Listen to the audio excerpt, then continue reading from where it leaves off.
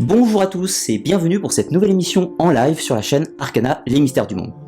Alors, tout de suite, je vous informe de quelques soucis techniques éventuels. Voyez-vous, depuis peu de temps, YouTube a un petit peu changé son organisation, son fonctionnement, ce qui fait que j'utilise un nouveau système pour diffuser mes émissions live tout simplement. Donc, si jamais ce soir, il y a un petit problème de son ou de vidéo, d'image ou quoi que ce soit d'autre, pensez à me le dire dans le chat YouTube, afin que déjà je puisse le corriger éventuellement si c'est possible au cours du direct, et si ce n'est pas possible, rassurez-vous, l'émission est enregistrée à côté, en même temps que le direct, ce qui fait que si jamais il y a un problème, eh bien en gros l'émission sera réuploadée quelques jours plus tard, afin que vous puissiez en profiter. Donc ne vous inquiétez pas, même s'il y a un problème, je m'en excuse, mais dans tous les cas, vous aurez accès à l'émission. Alors, merci à tous de votre présence ce soir. Je vois que vous êtes déjà 50-60 à vous être connectés, donc ça fait vraiment plaisir. Rennes-le-Château, comme d'habitude, une affaire qui me passionne, hein, vous le savez bien évidemment. J'essaie de ne pas vous faire trop souvent des émissions sur Rennes-le-Château, mais de temps en temps, il faut bien quand même pour ramener un petit peu l'intérêt à cette affaire et puis proposer de nouvelles idées, de nouvelles théories. C'est ainsi que ce soir, j'ai décidé, pour aborder la question, d'inviter avec moi Jean-Patrick Pourtal. Alors Jean-Patrick Pourtal, qui va pouvoir parler dans un tout petit instant, parce que je règle encore une fois la technique. Donc bienvenue à toi Jean-Patrick, merci d'avoir accepté cette invitation. Et je te laisse la parole pour te présenter, nous raconter un petit peu ton parcours, comment tu t'es intéressé à cette affaire de Rennes-le-Château. Eh bien, bonsoir Ludovic, je te remercie de m'accueillir sur Arcana, les mystères du monde. C'est très sympathique. Alors oui, comment je suis venu à faire de Rennes-le-Château, ça c'est une question qu'on me pose fréquemment, autant que je ne suis pas du tout orienté professionnellement vers les recherches en histoire ou autre. Non, c'est une passion. Tout a commencé, j'aime le raconter, j'avais 13 ans. 13 ans. 13 ans. Il y a 13 ans, à 13 ans, mes parents m'offrent un livre qui s'appelait Les Galapia ou Le Trésor du Château sans nom. C'est un livre de la collection Hachette qui raconte l'histoire de quelques gamins qui sont en colonie dans les Ardennes belges, et qui s'ennuient un peu. Donc les moniteurs décident de leur faire une chasse au trésor, et ils décident de leur faire chasser le trésor des Templiers. Et ce livre, qui était écrit par un auteur qui était célèbre à son époque, qui s'appelle Pierre Gaspard Duit, avait eu l'idée de faire dans son livre 4 petits feuillets qui racontent rapidement l'histoire des Templiers. Et quand j'ai lu ces 4 petits feuillets de ce mouvement templier, je ne connaissais pas. Je me suis dit, pourquoi te dire pourquoi? Et j'ai été entraîné à travers l'histoire, et des Templiers en passant par les chercheurs, déjà par les cathédrales, par les alchimistes, et par différents biais, la franc-maçonnerie et toutes ces recherches que j'ai pu faire m'ont amené petit à petit à arriver à Rennes-le-Château. Voilà comment j'y suis arrivé. Alors, ça c'est intéressant, et ça me renvoie à une chose qui était intéressante. La première fois que je t'ai découvert, c'était via un documentaire qui s'appelait Da Vinci Code. En gros, je n'ai plus le titre exact, c'était en gros du Da Vinci Code à Rennes-le-Château. Et tu avais parlé de cette émission Pardon, je n'ai pas entendu. Il y a un petit peu de lag sur la connexion, je pense. C'est le code Da Vinci, enquête sur les énigmes d'un best-seller. D'accord, que d'ailleurs je renvoie à nos auditeurs s'ils veulent découvrir, c'est toujours un documentaire qui n'a pas pris une ride et qui se regarde toujours avec plaisir. Et tu avais parlé de l'émission Mystère, si tu te rappelles, qui était sortie, donc une petite émission des années 90 sur l'affaire de Rennes-le-Château, et il se trouve que moi j'étais tout gamin quand j'ai découvert ce reportage ce documentaire de Mystère, et plus tard j'étais encore jeune adulte, on va dire, quand j'ai découvert ton documentaire qui a égayé mon intérêt et qui m'a permis de découvrir la colline enchantée ou la colline envoûtée. Donc je vois qu'on arrive tous par des biais sensiblement équivalents sur ce lieu du trésor. Alors, pour rentrer dans le vif du sujet, tu as écrit un livre il y a de cela une petite année, je crois. Oui, à peu près de 2 ans maintenant, bientôt. Qui s'appelle donc dans les pas de Béranger Saunière, si je ne dis pas de bêtises, donc Rennes-le-Château dans les pas de Béranger Saunière, où tu proposes une nouvelle théorie que j'ai trouvée tout à fait pertinente, d'où mon invitation, puisque tu nous ramènes à Rennes-le-Château. Je m'explique un petit peu, ça fait quand même relativement longtemps que les fouilles sont interdites sur le territoire de la commune de Rennes-le-Château, et du coup, au fur et à mesure, je trouve que tous les chercheurs nous emmènent de plus en plus loin. Alors parfois à 5 km, mais parfois à 30, et parfois même beaucoup plus loin. Alors, avant de commencer donc toute cette démarche de ton livre, est-ce que tu peux nous présenter un petit peu quelle est l'affaire de Rennes-le-Château? Qu'est-ce qui obsède autant de personnes? Ah, l'affaire de Rennes-le-Château est un réel mystère. C'est romanesque, hein, bien sûr, mais il y a un vrai mystère. Tout a commencé le 1er juin 1885 où un jeune curé débarque dans le village de Rennes-le-Château. Faut aussitôt aussi historiquement Rennes-le-Château, hein, c'est un village de l'Aude un peu perdu, on dirait que excusez-moi l'expression, c'est un village paumé, hein, on dirait. Complètement. Et on est quand même à une époque où le monde politique de la France est très tendu. C'est-à-dire qu'il y a, surtout dans l'Aude, on appelle les radicaux socialistes, qui sont des gens qui sont extrêmement durs politiquement par rapport à leurs idées, et en face d'eux, ils ont des gens qui sont aussi durs, qui sont les légitimistes, ou les monarchistes, ou ce type de personnes.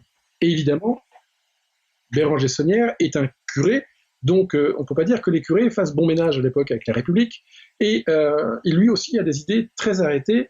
Je dirais que notre Béranger Saunière, s'il revenait maintenant, ça va parler à certains de nos internautes qui nous regardent en ce moment, avait un peu le profil des curés qui seraient avec Monseigneur Lefebvre, donc un intégriste qui, en dehors de l'Église, il n'y a rien d'autre, et surtout pas la République. Donc notre curé débarque à Rennes-le-Château, et évidemment, il veut aller dans le presbytère et dans l'Église, sauf que tout ce petit monde-là est laissé vraiment à l'abandon, et que l'Église est dans un piteux état. Donc Saunière, lui, décide de relever l'Église. Il dit, c'est pas impossible, la maison de Dieu, il faut vraiment faire quelque chose pour sauver cette Église. Finalement, les élections législatives de 1885, de novembre 1885 arrivent.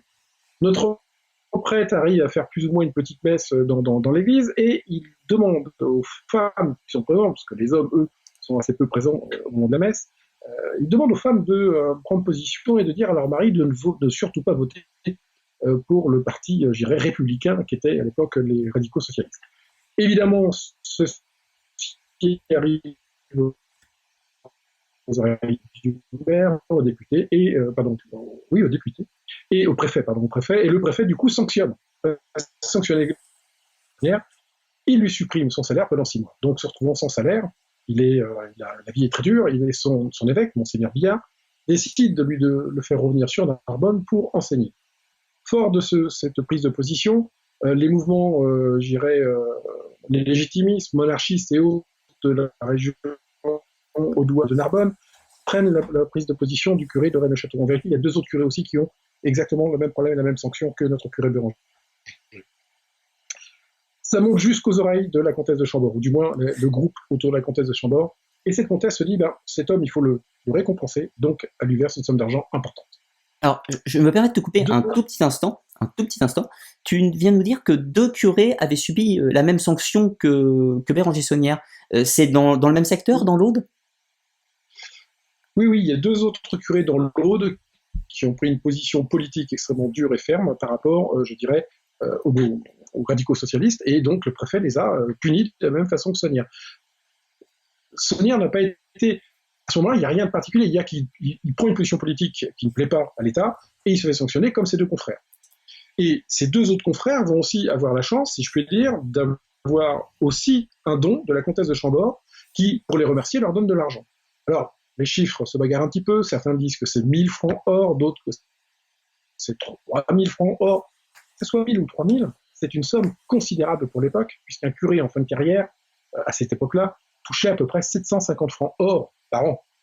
Donc on voit que c'est quand même une somme déjà qui est conséquente. Oui, voire même démesurée. Ouais. Mais presque, oui, on sent que c'est vraiment... On sent qu'il y a une action politique qui se fait. On veut vraiment faire en sorte de protéger ces personnes qui sont pour un parti, et donc le parti légitimiste. Je vous rappelle que quand même, on est quand même dans une époque très très dure. Hein. La religion et la République ne s'entendent pas du tout. La séparation de l'Église de l'État n'est pas encore faite. C'est quand même extrêmement tendu. Il y a une chanson d'un chanteur célèbre, c'est Michel Sardou, qui dit que dans le Lot-et-Garonne, on bouffait du curé. Eh bien, c'était presque la réalité là-bas. Ça se battait, il y a eu des conflits extrêmement sévères et très difficiles. Donc, notre curé, finalement, voit sa sanction levée, il retourne à Rennes-le-Château avec quand même son pécule. Son évêque lui dit, bon, mon cher Béranger, c'est bien gentil, mais mettez un peu les basses, arrêtez de vous faire remarquer par les édits, et tout va mieux. Et en effet, c'est ce que va faire Béranger Saunière. Et il se dit, avec l'argent que j'ai, je vais faire restaurer l'église. Au moins le toit. Je vais faire réparer le toit parce que ça pleut sur les gens quand ils sont à la messe. Oui, les travaux les plus importants, ou d'urgence du moins. C'est ça, exactement. Donc, il a un côté malin, il va voir le maire, il lui en parle. Et le maire lui dit, mais c'est pas possible, moi je n'ai pas d'argent. Et Sonnier, là, est malin parce qu'il veut se mettre le maire dans la poche, il lui prête l'argent aux travaux. Ce qui fait que pour les gens de la commune, c'est le maire qui finance l'église, et donc personne ne perd la face. C'est un des premiers petits arrangements politiques locaux que fait Bernard Le Saunière avec le maire. En effet, il fait réparer la toiture, il fait remettre les quelques vitraux que nous avons un petit peu connus, que nous connaissons actuellement. Il va mettre, on va dire, l'église hors d'eau, comme on dirait maintenant. Mmh.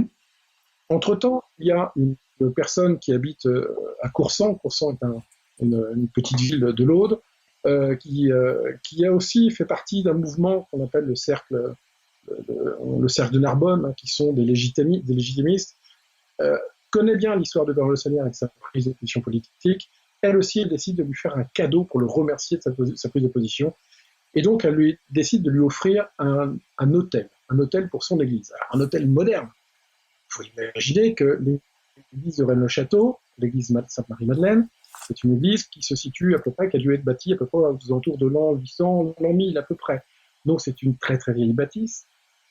Il y a au fond de l'église, au fond du puits de four, ce qu'on appelle le puits de four, il y a une plaque d'autel énorme, une pierre d'autel très solide qui est enfichée dans le mur, soutenue par deux piliers, dont un que l'on sait sculpté, on en reparlera un peu plus loin, je suppose. Oui. Et donc, ce Sonnière, il se dit, moi je suis un curé moderne. Eh oui, c'est un curé moderne pour son époque.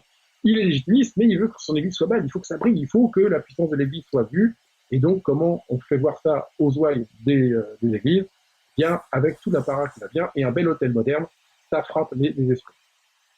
Et Madame Cavaillé décide donc de lui offrir ça. Sauf que, quand le nouvel hôtel devra être installé, il faut que l'ancien soit enlevé.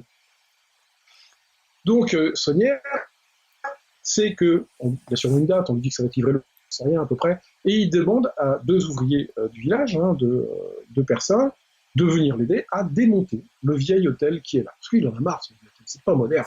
Oui, c'est pas moderne, c'est pas l'air du temps, en fait, tout simplement. Bah, top. Voilà. Donc, il fait démonter le vieil hôtel avec ces deux personnes. Et c'est là où on va commencer à voir, entre guillemets, une part de mystère qui va arriver. Et en tout cas, cette part de mystère, c'est ce que va nous expliquer un auteur célèbre qui s'appelle Gérard Red, dans le premier livre qui a vraiment marqué l'histoire de Rennes-le-Château, L'Or de Rennes, ou Le Trésor maudit de Rennes-le-Château, parce qu'il a été édité en plusieurs éditions. Eh bien, dans ce livre, notre célèbre auteur, Gérard de Sède, journaliste et écrivain, nous raconte ce qui se passe. Et il dit qu'au moment où la pierre d'autel est enlevée, qui est énorme, cette pierre d'autel allait rester très longtemps dans la cour du presbytère de Rennes-le-Château, on pouvait la voir sans aucun souci. Elle a été enlevée, et quand ils ont enlevé cette pierre d'autel, ils se retrouvaient avec les deux piliers enfichés dans le sol, évidemment, qui étaient là, tout bête. Sauf que dans en tout cas dans un, c'est sûr, parce qu'il y a eu des témoins, les deux ouvriers, ils voient quelque chose. Il est creux, ce pilier. Il y a ce qu'on appelle une cupule, qu'on peut voir maintenant au musée de Rennes-le-Château, et ils voient de la paille, disent-ils. Et quand ils enlèvent tout ça, ils trouvent 3 rouleaux de bois scellés avec de la cire. Et c'est là où la légende va commencer. Oui, c'est là la première découverte. Voilà. Et Gérard se dit, eh bien, Sonnière défait la cire, il en sort des parchemins, et c'est les fameux parchemins qu'il nous montre dans son livre, L'Or de Rennes. Alors, oui, prétendu qu'il nous montre, oui. Voilà. En ce qui me concerne, j'ai une autre position. Je pense que ce que Sonnière a découvert, parce qu'il a découvert quelque chose, il y a 2 témoins qui le disent, il a trouvé des rouleaux de bois. Ce que je pense qu'il a dû découvrir, c'est ce qu'on appelle la dédicace de l'église. La dédicace, c'est quoi? C'est lorsqu'une église est consacrée par son évêque, eh bien, on va placer quelque part dans l'église, en général, y mettre un texte disant qu'à telle date, cette église ça, et c'est signé par l'évêque présent. C'est quand même un document historique. Si c'est bien ça, c'est déjà un vrai trésor archéologique. En général, on y met aussi des reliques du saint à laquelle l'église est dédiée. Et puis tout ça est enfermé parce que ça doit rester dans l'église. Et je pense que c'est, à mon avis, je pense que c'est ça qu'a découvert Sonnière. Ça, c'est déjà la première chose qui est un des premiers mystères, parce qu'on sait qu'il y a quelque chose, mais on ne sait pas quoi.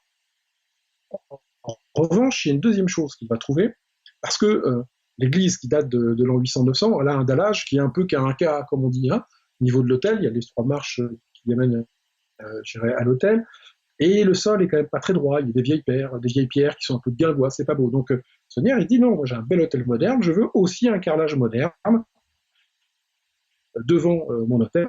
Donc, qu'est-ce qu'il demande aux ouvriers? Vous allez m'enlever tous ces gros cailloux, vous allez m'aplanir tout ça pour qu'on puisse après faire une chape et puis mettre des jolis carrelages. Et vas-y que j'y vais.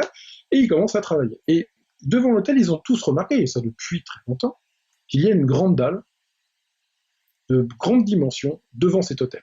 Les 2 ouvriers, à la demande de Sonnier, disent on enlève cette dalle et ils la soulèvent. Et là, c'est déjà un vrai trésor archéologique qu'ils mettent en évidence, puisque cette dalle qui se voit plate, lorsqu'on la soulève, on découvre qu'elle est entièrement sculptée d'une façon très belle, semble-t-il, d'époque carolingienne probablement. C'est la fameuse dalle des chevaliers.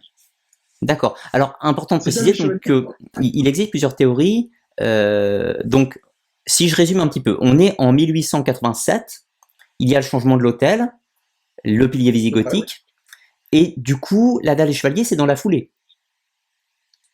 Oui. Oui, parce que certains... On est dans la même continuation, parce que certains disent que la dalle des chevaliers, ça serait en 91 seulement. Ah, non. Ça, on y reviendra. 1891, c'est la fameuse découverte du tombeau. D'accord. Qui est écrit dans son cahier jaune. Voilà, c'est histoire de bien remettre dans nos esprits un petit peu les dates. Mais ta remarque est intéressante parce que ça veut dire donc qu'il y a 2 tombeaux. Parce que oui, en effet, sous la dalle des chevaliers, il la soulève. Hein. Oui. Déjà, la question que se pose Sonnier, parce que faut pas oublier que Sonnier, c'est quand même un érudit pour son époque. Il a fait le petit et le grand séminaire. C'est quand même quelqu'un qui a fait de la théologie. C'est quelqu'un qui parle l'hébreu, qui parle et écrit le grec également. Et certains pensent même qu'il aurait peut-être parlé l'hébreu. Excuse-moi. Grec, latin, et certains peut-être même à l'hébreu. Donc c'est quand même quelqu'un d'érudit, Sonnier. Donc quand il voit cette dalle, il est très surpris de voir que pourquoi a-t-on mis cette partie sculptée cachée alors qu'elle aurait été très belle exposée quelque part finalement. Donc il se pose une question, il s'interroge. Et il semble que les 3 personnages sur place se disent mais tiens c'est bizarre, le sol sous cette dalle est différent du sol autour qui est plutôt rocailleux avec des pierres, alors que là ils trouvent de la terre. Et ils vont gratter. Et qu'est-ce qu'ils vont commencer par découvrir? Ils vont découvrir des ossements. C'est pour ça qu'on parle de tombeau. C'est bien un tombeau. Il y a des ossements humains qui sont placés là. Oui, tout à fait. Non, vas-y, excuse-moi, c'était moi. Je t'en prie. On trouve des ossements humains. Sonnier, évidemment, les mêmes à part. Certains nous disent que le crâne trouvé était fendu rituellement sur la calotte crânienne, si c'est vrai, c'est important, parce que c'était une certaine époque, dans le monde chrétien, on faisait une fente dans l'os crânien pour que l'âme puisse partir vers le paradis. Tradition mérovingienne ou carolingienne, si je ne dis pas de bêtises. Exactement. On le retrouve également chez les mérovingiens et chez certains carolingiens. En effet. C'est pour ça qu'il faut être très prudent dans ce qu'on dit. On peut pas. Exactement. Quoi qu'il en soit, on ne sait pas si c'est vrai, parce que nous n'avons pas les vestiges. Voilà. La seule chose dont on est certain, c'est qu'il y avait bien des ossements. Ça, il y avait les 2 témoins qui étaient là, qui l'ont dit. Et puis, ils ont dit, mais on va continuer à creuser, parce qu'on ne sait jamais, on va peut-être trouver encore autre chose on va peut-être trouver aussi d'autres ossements. Et là, par contre, on avait une certitude, Sonnier et le Houle dans le sud-ouest, dans le sud, la Houle, c'est un petit chaudron. Un petit chaudron qui est quand même un petit peu conséquent, quand même. Hein. Et ce chaudron est plein de pièces, d'or, de cuivre, d'argent, on ne sait pas, mais en tout cas, il y a une vraie valeur trésoraire, si on peut dire. La légende nous raconte que Sonnier, voyant ça, se dit, oulala, il y a des sous en vue. Et Sonnier, c'est quand même, il faut oublier, Sonnier, il vient du monde paysan, il vient de Montazel. Montazel, c'est le village qui est au pied de Rennes-le-Château. Son père en a été le maire. Son père est également le régisseur du comte de Casmajou de Montazel. C'est un enfant du pays, il est proche de la terre. Il connaît les légendes qui traînent autour de Rennes-le-Château, parce qu'enfant, il galopait dans la campagne, il connaissait Rennes-le-Château. Il savait très bien qu'il y avait des histoires de trésors. Et là, il se dit, ça y est, j'ai dû trouver un trésor, j'ai trouvé le trésor dont tout le monde parle, parce qu'il y a toujours des bruits qui circulent. Et il dit aux 2 ouvriers qui sont là, il leur dit, non, ne vous inquiétez pas, hein, c'est rien, ça n'a aucune valeur, c'est des médailles de Lourdes. Sachant que Lourdes avait commencé quelques années avant. Donc les ouvriers sont partis en se disant, là, le curé, il se fout de nous. Il leur dit, vous êtes fatigués, maintenant on va aller manger la soupe. Hein. on va aller voir ma servante, Marie, et on va aller manger la soupe. Ils ont été manger la soupe, Sonnière est revenu dans l'église, mais les deux ouvriers n'y sont jamais revenus. Il ne les a plus rappelés pour faire les travaux. Il est resté tranquille dans l'église pour continuer ses fouilles. Voilà. Il a fermé l'église et il a fait des fouilles. Ça, on le sait, il y a eu des témoignages faits il y a une trentaine d'années, de personnes qui avaient connu Sonnière, qui à la messe, on marchait sur des planches parce qu'il y avait des trous partout. Donc, Sonnière se met à chercher. Donc, on voit que là, c'est vraiment le début de l'histoire de Sonnière. Et là, on est encore sur des éléments factuels, où on est à peu près certain de ce qui se passe. Après, ça se complique. Oui, c'est après que ça va commencer à se compliquer. Alors, ça, c'est les éléments clés, on va dire, pour la découverte du trésor. Et je vais me permettre tout de suite de te poser quelques petites questions par rapport à ces fameuses sources. Alors, actuellement, on est en 87-88, on va dire 1887-88.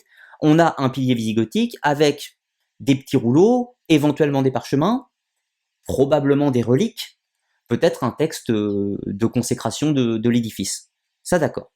On a la dalle carolingienne, donc bon, ce qui peut renvoyer au fait que l'Église a une certaine ancienneté, et on a des corps, du moins des vestiges humains.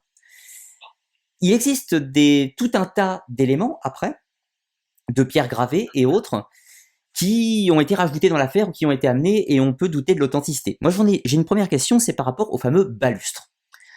Alors, pour les auditeurs qui ne sauraient pas forcément, je partage un petit peu mon expérience livresque de Rennes-le-Château, mais au tout début, les premiers livres que j'ai lus, on nous parlait toujours de ce pilier visigothique, et plus tard, à partir d'un moment, on a commencé à nous parler tout d'un coup d'un balustre. Alors un balustre en bois, creusé, qui aurait donc recélé d'autres parchemins ou autres. Quel est ton point de vue sur la question ?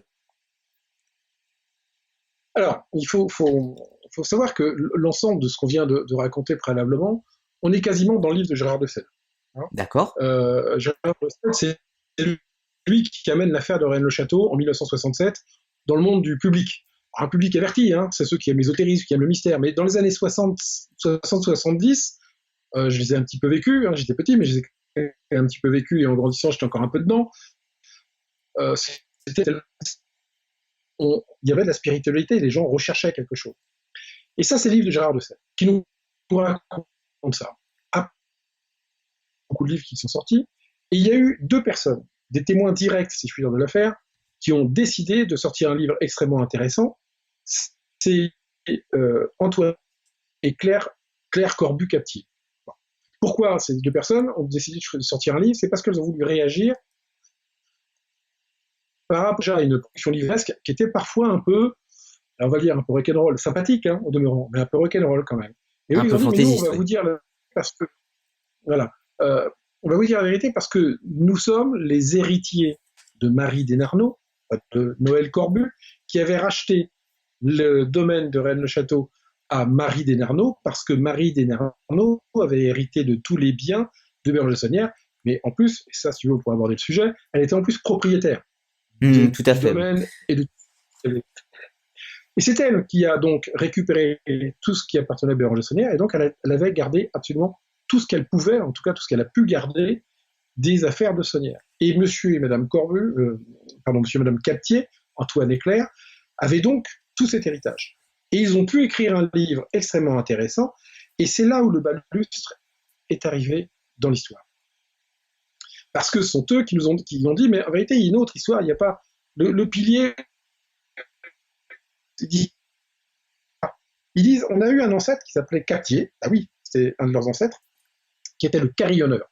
Le carillonneur, c'est celui qui vient tous les jours pour l'Angélus et autres sonner les cloches dans le village pour que les gens entendent. Parce que je vous rappelle que tous les villages dans le temps étaient complètement accordés, si je puis dire, à la cloche de l'époque. Maintenant, on a nos montres, on a nos téléphones, mais à leur époque, c'était la cloche de l'église.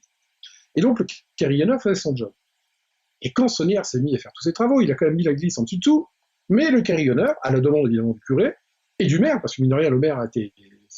Oui, il suivait toujours ardemment l'affaire. C'était important d'avoir, on en était dans le temps. Et bien sûr, et donc le carillonneur partait, sonnait ses cloches. Puis un soir, Captier a raconté qu'il remontait la nef de l'église et que le soleil, vers 19h à peu près, je dirais, rentrait dans l'église, il y avait des raies de soleil qui brillaient sur le sol. Et tout d'un coup, il y a eu un éclat, comme un éclat de lumière qui a attiré l'œil du carillon.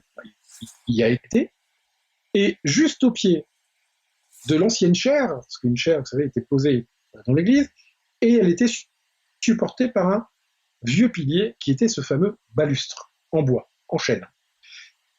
Et Saunière qui avait commencé à démonter la chaire, le pilier était tombé au sol, et c'est ce que raconte M. Captier, de ce pilier est partie une pièce de bois, et de cette pièce de sortie, il y avait une fiole à côté. Et ce Captier, le carillonneur, a donc récupéré la fiole, et comme c'était un homme honnête, il a été voir Béranger Saunière.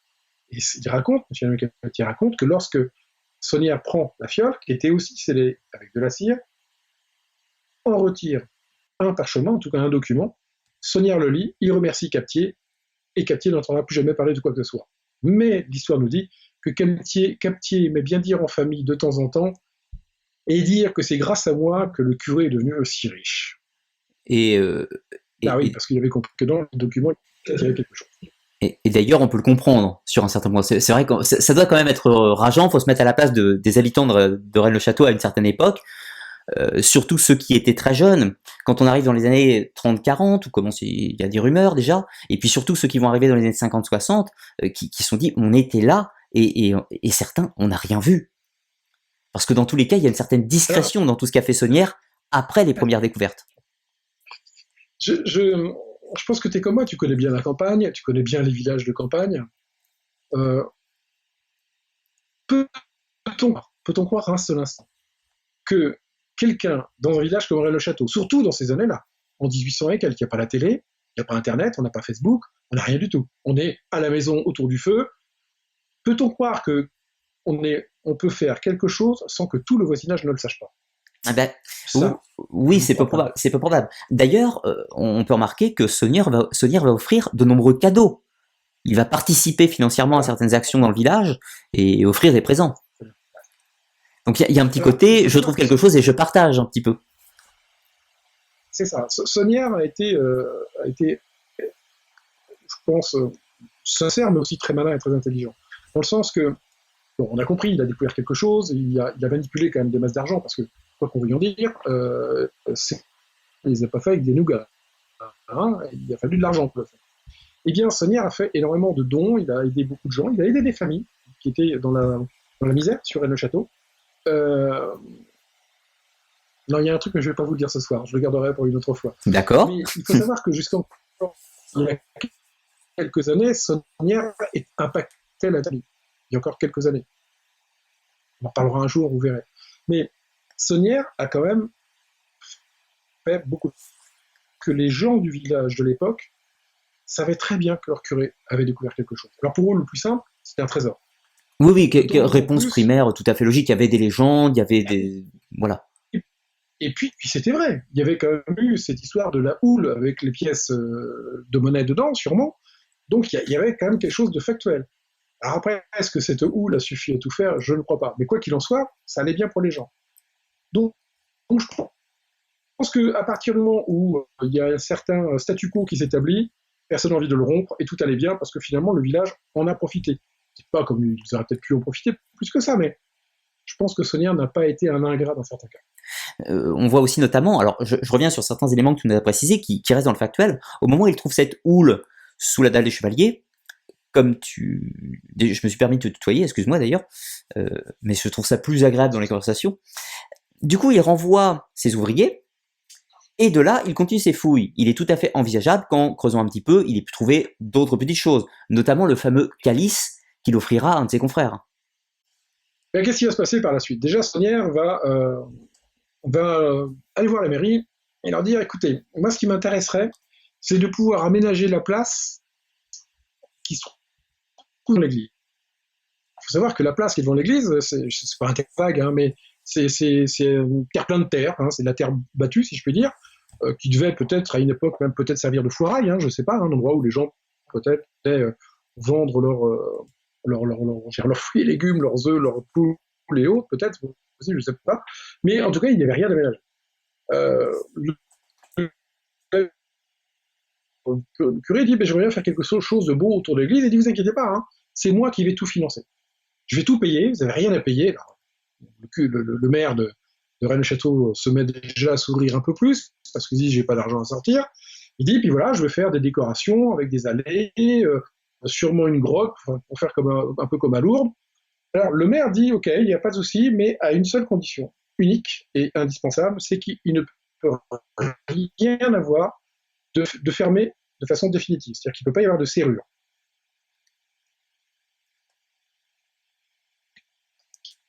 Et son maire dit, ok, on a les éléments, hein, on a des documents du conseil municipal qui nous... vraiment dans le facteur. Et notre curé Sonnière va se mettre à faire ces jardins, les fameux jardins de l'église que nous connaissons actuellement, qui n'étaient pas avec des grands arbres comme il y a maintenant. Il y a eu là, pas très longtemps, toute une polémique autour du cèdre qui est au milieu du jardin, mais il n'existait pas, ou alors il était tout petit à l'époque. Eh bien, Sonnière, au prime abord, quand on regarde, il est sympa, il décide de faire une grotte aménagée au fond. Il nous raconte dans son cahier journal qu'il descend au Bals. Hein. Le Bals, c'est au pied du village, c'est là où court le ruisseau des couleurs. Il ramène des pierres, semble-t-il, et avec ces pierres, il fabrique cette fameuse grotte que nous pouvons encore voir à Rennes-le-Château, et qui va décorer à sa façon. Et puis, rien de particulier ne semble avoir trait à ces jardins, sauf que quelques détails sont un peu surprenants. Le fameux pilier dont on a parlé tout à l'heure, qui était dans l'église, bien, il le prend et il le met à l'extérieur, en ayant créé un petit jardin, le jardin de la Vierge de Lourdes, et ce pilier, il le met pour supporter la statue de la Vierge de Lourdes. Sauf qu'il prend le pilier, il le met à l'envers. Ce qui est surprenant, parce que le... D'ailleurs, je me permets de t'arrêter encore une fois un petit court instant. On dit souvent que c'est la Vierge de Lourdes, mais ça serait pas plutôt une Vierge de la Salette? C'est une des théories. C'est une des théories, hein, puisque certains disent que ce serait une Vierge de la Salette. Maintenant, personnellement, ma connaissance en iconographie religieuse n'est pas suffisamment forte pour faire la différence entre une Vierge de Lourdes. Moi non plus, hein, je te rassure tout de suite. Vierge de la Salette. D'accord.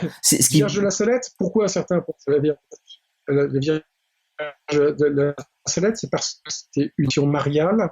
La Salette, c'est en Isère. Ce qui marche, puisqu'il était découvert que c'était une personne qui faisait croire à des petits-enfants qu'elle était la Vierge et voulait faire passer un message. Même l'Église, actuellement, sur la Vierge de la Salette et l'apparition de la Salette, ils l'ont reconnu du bout des lèvres. Il y a toute une basilique qui a été construite, mais vous remarquerez qu'on entend jamais parler de la Vierge de la Salette. Quelques années après, par contre, il y a une autre apparition qui a fait beaucoup plus de bruit, c'est Lourdes. Lourdes, qui se trouve pas très loin de Rennes-le-Château. Hein. Donc, voilà, les apparitions mariales, si vous remarquez bien, les grandes apparitions mariales sont exactement dans cette époque-là. On est dans une période très politique. Si on revient rapidement à la Salette, les enfants, on n'a plus leur prénom, mais le garçon, lui, a continué un petit peu à vivre là-dessus. Ça a été jusqu'au point où il a été présenté au comte de Chambord. Tiens, c'est amusant, on revient sur la famille de Chambord. Il a été représenté au comte de Chambord. Il semble qu'il y a une histoire et un secret qui a bouleversé le comte de Chambord. C'est ce qu'il a amené à reprendre le flambeau monarchique pour la France. Je vous rappelle que le comte de Chambord devait être roi de France sous le nom de Henri V. Ça a été tellement prêt à passer que le parti légitimiste avait fait frapper monnaie de Henri V. On est passé à deux doigts de voir la République disparaître au profit d'une nouvelle monarchie. Et ça, Chambord s'est lancé dans cette démarche politique parce que l'enfant de la Salette était venu lui parler du message de la Vierge. D'accord, ça c'est intéressant. Le contexte. Sachant quand même que donc Henri de Chambord a refusé le trône après par une habile méthode en refusant le drapeau tricolore, etc. tout ça, mais il a quand même refusé le trône en fait fondamentalement. Oui, il l'a refusé. Je pense qu'il comprenait que c'était. Puis d'abord, il y avait un autre doute, notre Henri V, je ne sais pas où était Louis XVII. Et ça lui posait un gros problème. Y avait-il eu une une descendance de Louis XVI, et il se voyait mal, il ne voulait pas être calife à la place du calife quelque part. Je pense qu'il y a un peu de ça aussi. On sort un peu de notre sujet, mais ça, je pense que ça pourrait être intéressant pour la toute fin de l'émission, ça, éventuellement, cette histoire un petit peu Louis XVII, etc., tout ça. Je te laisse continuer, excuse-moi pour mes interruptions. Hein. Je t'en prie, non, c'est impeccable. Donc, il va créer ce jardin, et comme je le disais, il sort le pilier, et le pilier, il le met à l'envers. Ce qui est surprenant dans l'inversion du pilier, on a mettre un pied dans un sens ou un autre, pas un problème, sauf que là, quand même, il faut savoir que dans l'église, et tout le monde maintenant connaît un peu ce pilier, mais il représente quoi? Il représente une croix, une jolie croix, avec une et de lettres alpha et oméga de chaque côté, qui permettent de comprendre que c'est la croix du Christ, que je suis l'alpha, je suis l'oméga, je suis le début, je suis la fin, c'est la fameuse phrase de Jésus. Donc quand on voit ça, on sait parfaitement bien que c'est une représentation chrétienne. Et là, Nossonnière, il prend tout cet ensemble-là, il le retourne, il le met en bas.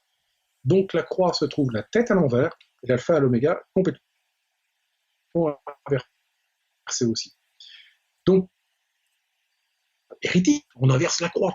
Alors certains disent oui, mais Saint-Pierre a été crucifié, la tête en bas, donc la croix à l'envers, parce qu'il voulait, il n'était pas digne de faire comme Jésus. Ouais, si on veut, mais je pense qu'on n'est pas tellement dans ce sens-là. Donc, qui met cette croix à l'envers. Et puis, il va faire un calvaire au bout de cette allée qui part de Lourdes, la dalle des chevaliers, c'est-à-dire cette fameuse dalle de pierre carolingienne, qui est un vrai bijou archéologique. Il la met sur le sol, et là, il la met à l'envers qu'elle était dans l'église, c'est-à-dire que la face sculptée, il la met vers l'extérieur, au lieu de la mettre par en dessous, et il inverse également la dalle des chevaliers, qui d'ailleurs est un vrai drame, puisque c'est ce qui a apporté l'usure qu'on lui connaît maintenant, et qui nous permet de ne plus voir ce détail. Donc ça, c'est les deux éléments que l'on peut vraiment voir à l'époque nossonnière dans les jardins, que l'on peut encore voir. Alors maintenant, il y a un facsimilé du pilier, et c'est très bien d'ailleurs, dans les jardins, ce qu'on appelle le jardin de la Vierge Lourde. Je vous rappelle également que ces jardins avaient été inaugurés, je ne sais plus en quelle année, ça a été en 1987, 88, je ne sais plus bien, je vous avoue que j'ai un trou de mémoire, par Monseigneur Billard, qui est venu. La croix à l'envers, Monseigneur Billard a quand même rien dit.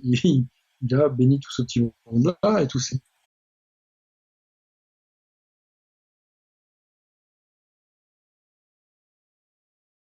Voilà, bon. Et ben malgré cette petite interruption, nous allons pouvoir continuer. Je ne me souviens plus exactement où on en était. On avait parlé de la Vierge de Lourdes et de la Vierge de la Salette. Et donc la proximité de Lourdes expliquait probablement le lien. Et donc tu nous parlais donc des jardins de l'église et tous ces déplacements d'objets un petit peu qu'il avait fait. Oui, exactement. Et c'est vrai que au prime abord, on se rend pas bien compte, hein, comme ça, quand on a le nez dessus, si je puis dire.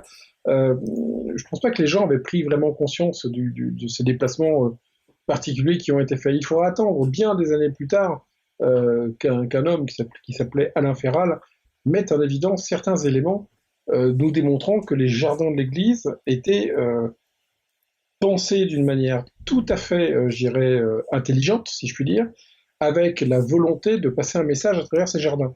Ce qui est quand même quelque chose d'assez étonnant.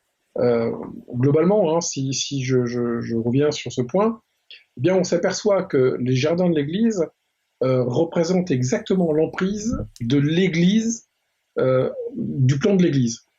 Et tout ce qui était allant dans un sens dans l'église a été placé à l'envers dans les jardins. D'accord. Et ce qui est assez étonnant, c'est que si on prend certains points de repère dans l'église, qui sont entre autres le confessionnal, l'hôtel de l'église de Rennes, le château, puis si on prend des repères dans les jardins d'église qui sont le pilier, la Vierge de Lourdes et le calvaire, eh bien on s'aperçoit qu'ils forment un carré parfait. D'accord. Et donc, ce qui est étonnant, la démarche qu'a eue Alain Ferral, parce que j'en parle beaucoup hein, de cette théorie, mais c'est Alain Ferral, hein, et j'insiste là-dessus qu'il a démontré. Il a démontré que les jardins de l'église pourraient représenter le sous-sol de l'église. D'accord, ça c'est intéressant parce que c'est vrai qu'on a plusieurs théories. Soit ces jardins qui sont jumeaux pourraient représenter une église visible, une église invisible, mais l'autre théorie donc serait intéressante aussi parce que c'est un peu ça, c'est bien ça, c'est l'église visible, l'église invisible, celle qu'on ne voit pas qui est sous l'église réelle. l'église que nous avons. Et l'on pense que Saunière, dans ses premiers travaux, quand il a dégagé, si je puis dire, la dalle des chevaliers, et qui s'est mis à causer un peu partout, il a cherché, il a vu ce qu'il y avait sous l'église, il sait ce qu'il y a. Et on ne peut pas manquer de parler de la crypte potentielle qu'il y aurait dans l'église de Rennes-le-Château. Alors, la crypte de l'église de Rennes-le-Château, c'est un serpent de mer, si je puis dire. Ça fait des années qu'il y a ceux qui disent il y en a une, donc non, d'autres disent il n'y en a pas. Et ceux qui disent qu'il n'y en a pas, c'est la DRAC, la Direction régionale des affaires culturelles de la région de l'Aude, qui dit qu'il n'y en a pas. Et je peux te garantir que j'ai eu moult coups de téléphone avec eux, des échanges avec le personnage qui s'occupait de la région de Rennes-le-Château précisément, qui m'a toujours dit non, il n'y a rien à Rennes-le-Château. Et ma question était mais comment vous le savez, vous avez été chercher? Et on me disait mais non, il n'y a rien. Et c'est complètement idiot, puisque dans des églises aussi anciennes, on sait que les cryptes existaient. Et je le cite dans mon livre, il y a une église qui est à Saint-Céré dans le Lot, qui s'appelle l'église Saint-Spéry, qui a ses bases, si je puis dire, qui sont de la même époque que celle de Rennes-le-Château, et il y a bien une crypte telle qu'elle doit être à Rennes-le-Château. Et notre ami Saunière, je pense qu'il a découvert cette crypte. Il a découvert comment? Eh bien, tout simplement, une fois qu'il a fait partir les ouvriers qui avaient découvert la houle, les a sortis, et Saunière a bien sûr, vu l'intérêt de trouver ces pièces de monnaie, d'or, d'argent, je ne sais pas trop quoi, peut-être quelques bijoux d'ailleurs. Eh bien, qu'est-ce qu'il a dû faire? Il a dit, mais c'est amusant, parce qu'il y a encore de la terre en dessous, et il a gratté. Et je pense que ce que cachait la dalle des chevaliers à l'origine, c'était probablement un accès à la crypte. Un escalier, probablement.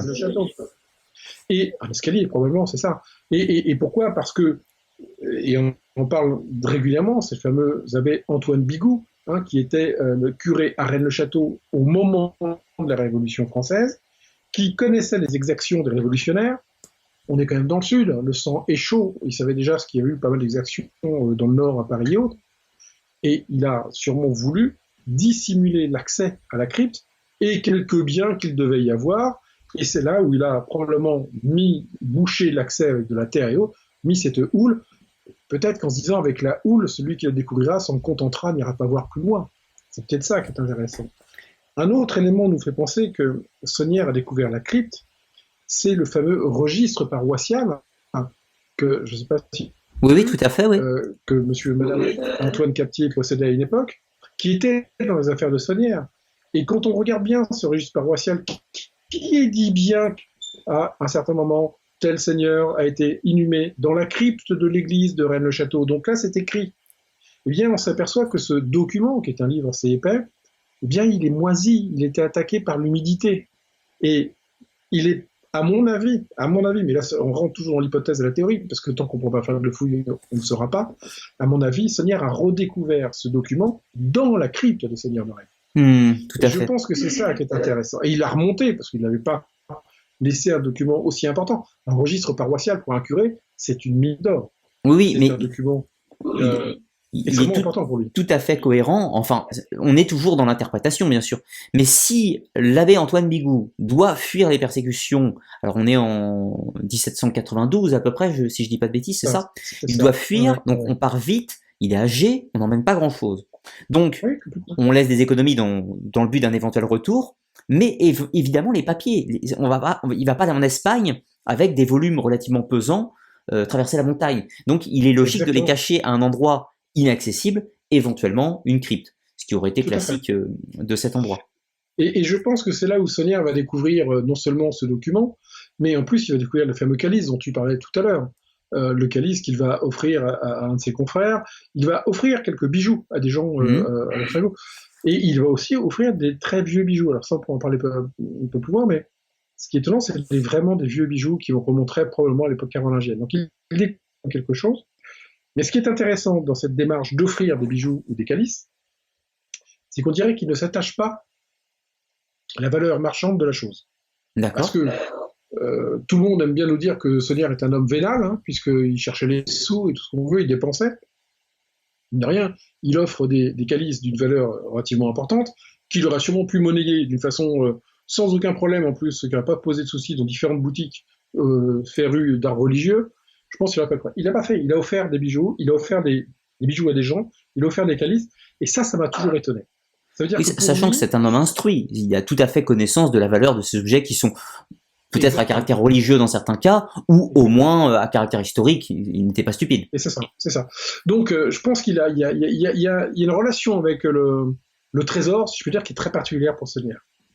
Maintenant, une fois qu'il est arrivé dans la crypte, est-ce qu'il a trouvé que ça? Ça, c'est justement une des questions que l'on pose et que je pose de mon livre et que j'amène une hypothèse. Maintenant, ce qui est intéressant, c'est les jardins de l'église, pour moi, sont vraiment le où. C'est voilà où j'ai trouvé quelque chose. Et ce qui est amusant, c'est que dès le départ, il veut laisser une trace. C'est quand même étonnant. Je trouve quelque chose de particulier et je le dis. Alors bon, attention, je le dis, il a quand même fallu attendre Alain Féral, dans son livre Le Royaume des Morts, pour qu'on puisse prendre conscience que les jardins de l'église étaient la représentation à l'extérieur des sous-sols de l'église. Probablement les sous-sols, en tout cas. Donc son secret n'était pas si mal gardé que ça. Il laisse un message, mais il n'y a que ceux qui sont capables de le lire qui le comprendront. Ça va nous amener à quelques interrogations sur des sociétés à caractère initiatique éventuellement qui auraient pu graviter ou avoir affaire avec Saunière. Ça, Oui, ferait quelques petites questions par rapport à tout ça par la suite. Il n'y a pas de souci, je suis à ton écoute et j'y répondrai avec grand plaisir. Mais ce que j'insiste, c'est sur ces jardins où on va avoir cette image, et c'est là où on va commencer surtout à voir quelque chose d'étonnant, c'est que on voit des inversions. Mmh. Il faut bien prendre conscience que lorsque Saunière réalise ses jardins, il sait exactement tout ce qu'il a trouvé. D'accord, donc on est vraiment sur un plan qui est calculé, ordonné, c'est-à-dire qu'il ne construit pas au fur et à mesure les éléments, il s'est réfléchi avant. Alors, non, il a... tout est réfléchi, c'est une chose, mais il va pas tout prévoir d'un coup. Dans mon livre, c'est ce que j'explique. Pour résumer rapidement, il y a 3 grandes étapes dans les constructions saunières. Voilà, c'est là que je voulais en venir. Il y a les jardins qui sont le où, à quel endroit j'ai découvert quelque chose. Un endroit qui m'amène peut-être vers autre chose. Après, il y a le quoi. Mais le quoi, c'est dans l'église de Rennes-le-Château. D'accord. Quand il va restaurer l'église, il va faire passer différents types de messages. Là, c'est bien le quoi. Alors, et puis, excuse-moi, je te coupe encore, c'est pour bien mettre les dates. Donc, les jardins, alors, bon, première découverte, 1887. Deuxième phase de la découverte, 1891. Exactement. Et ensuite, c'est la construction des jardins. Exactement. Donc, on est sur 92-93. Du domaine. Hein, la construction du domaine. On va commencer, oui, c'est ça, en 94, 95, pour finir en 1907 à peu près, 1900, je ne sais plus combien, sur la tour Magdala, et j'irai sur la Villa Vétali. D'accord, donc la phase 1, le jardin, on en était là. De l'église, jardin de l'église, la phase 1. Et là, en 5 ans, Saunière, c'est exactement ce qu'il a découvert. Il comprend ce qu'il a découvert, il sait ce qu'il veut faire passer comme message, ça il le sait. Et après, il va prendre le temps pour le faire. Et c'est pour ça qu'il va diviser ses constructions, si je puis dire, avec ces 3 grands moments, les jardins, l'église, puis son domaine. D'accord.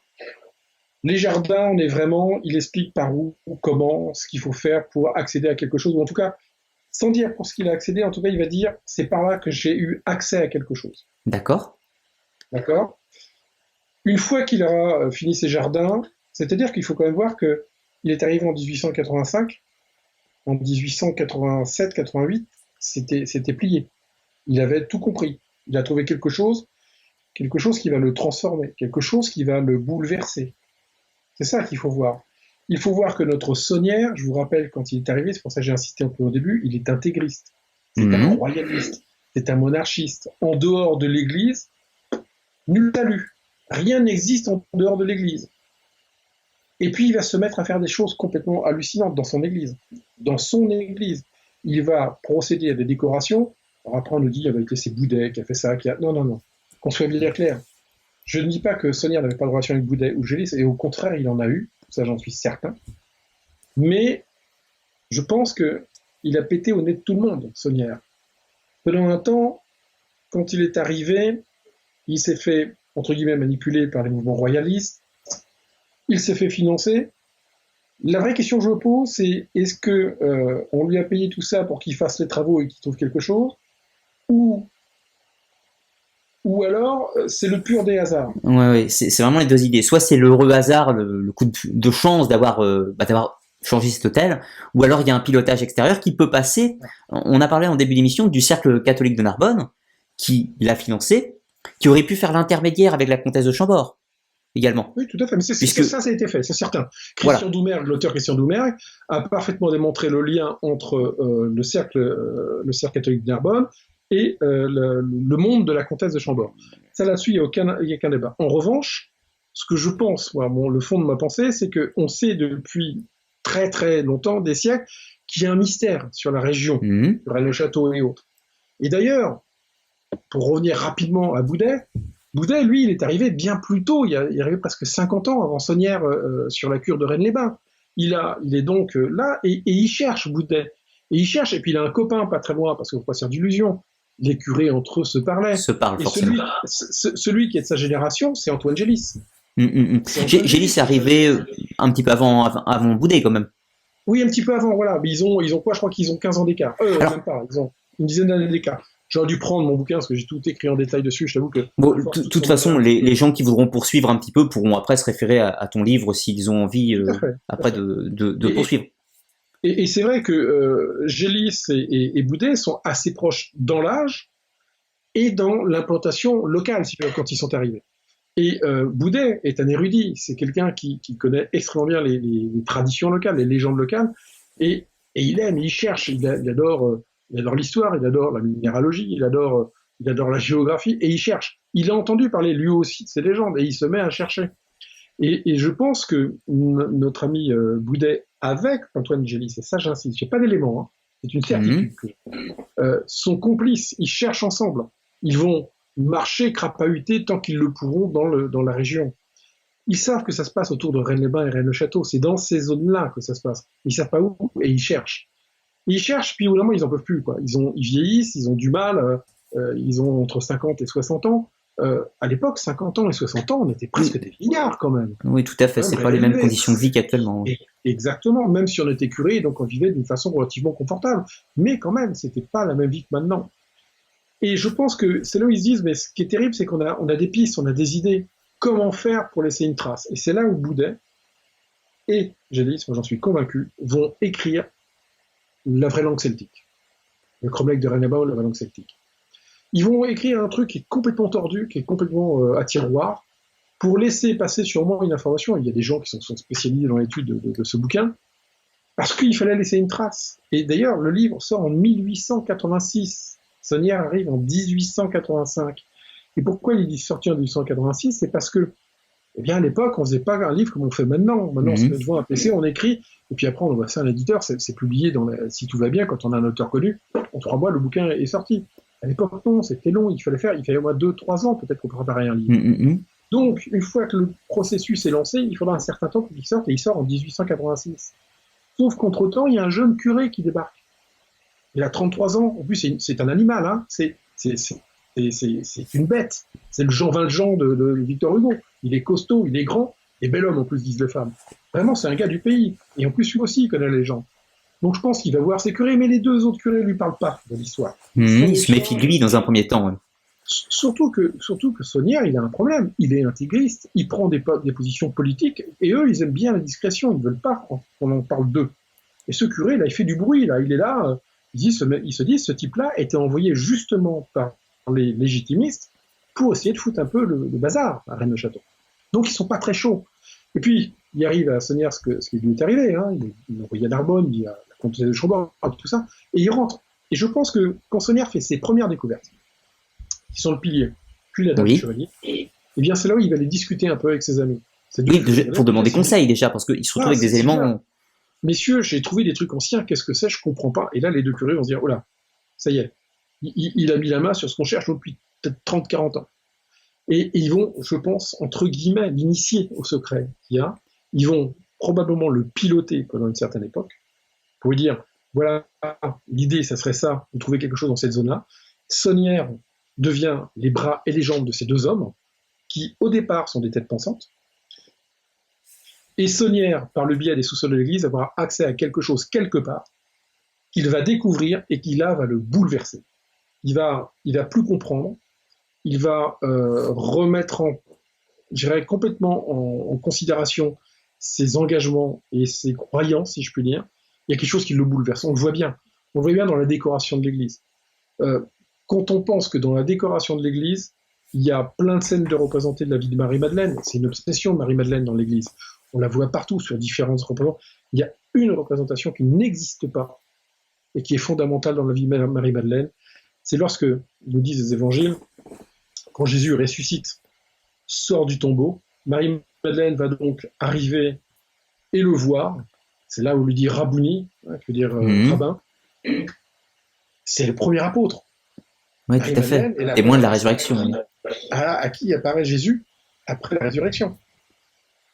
Eh bien, cette scène qui est fondamentale dans la vie de Marie-Madeleine et dans le catholicisme, dans les évangiles, ne figure pas à Rennes-le-Château. Mais c'est vrai que c'est très troublant.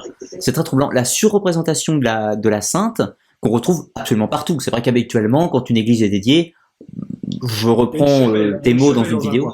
Voilà, c'est une chapelle dans un coin, éventuellement l'autel avec ces jolies fresques, mais pas partout. Ouais.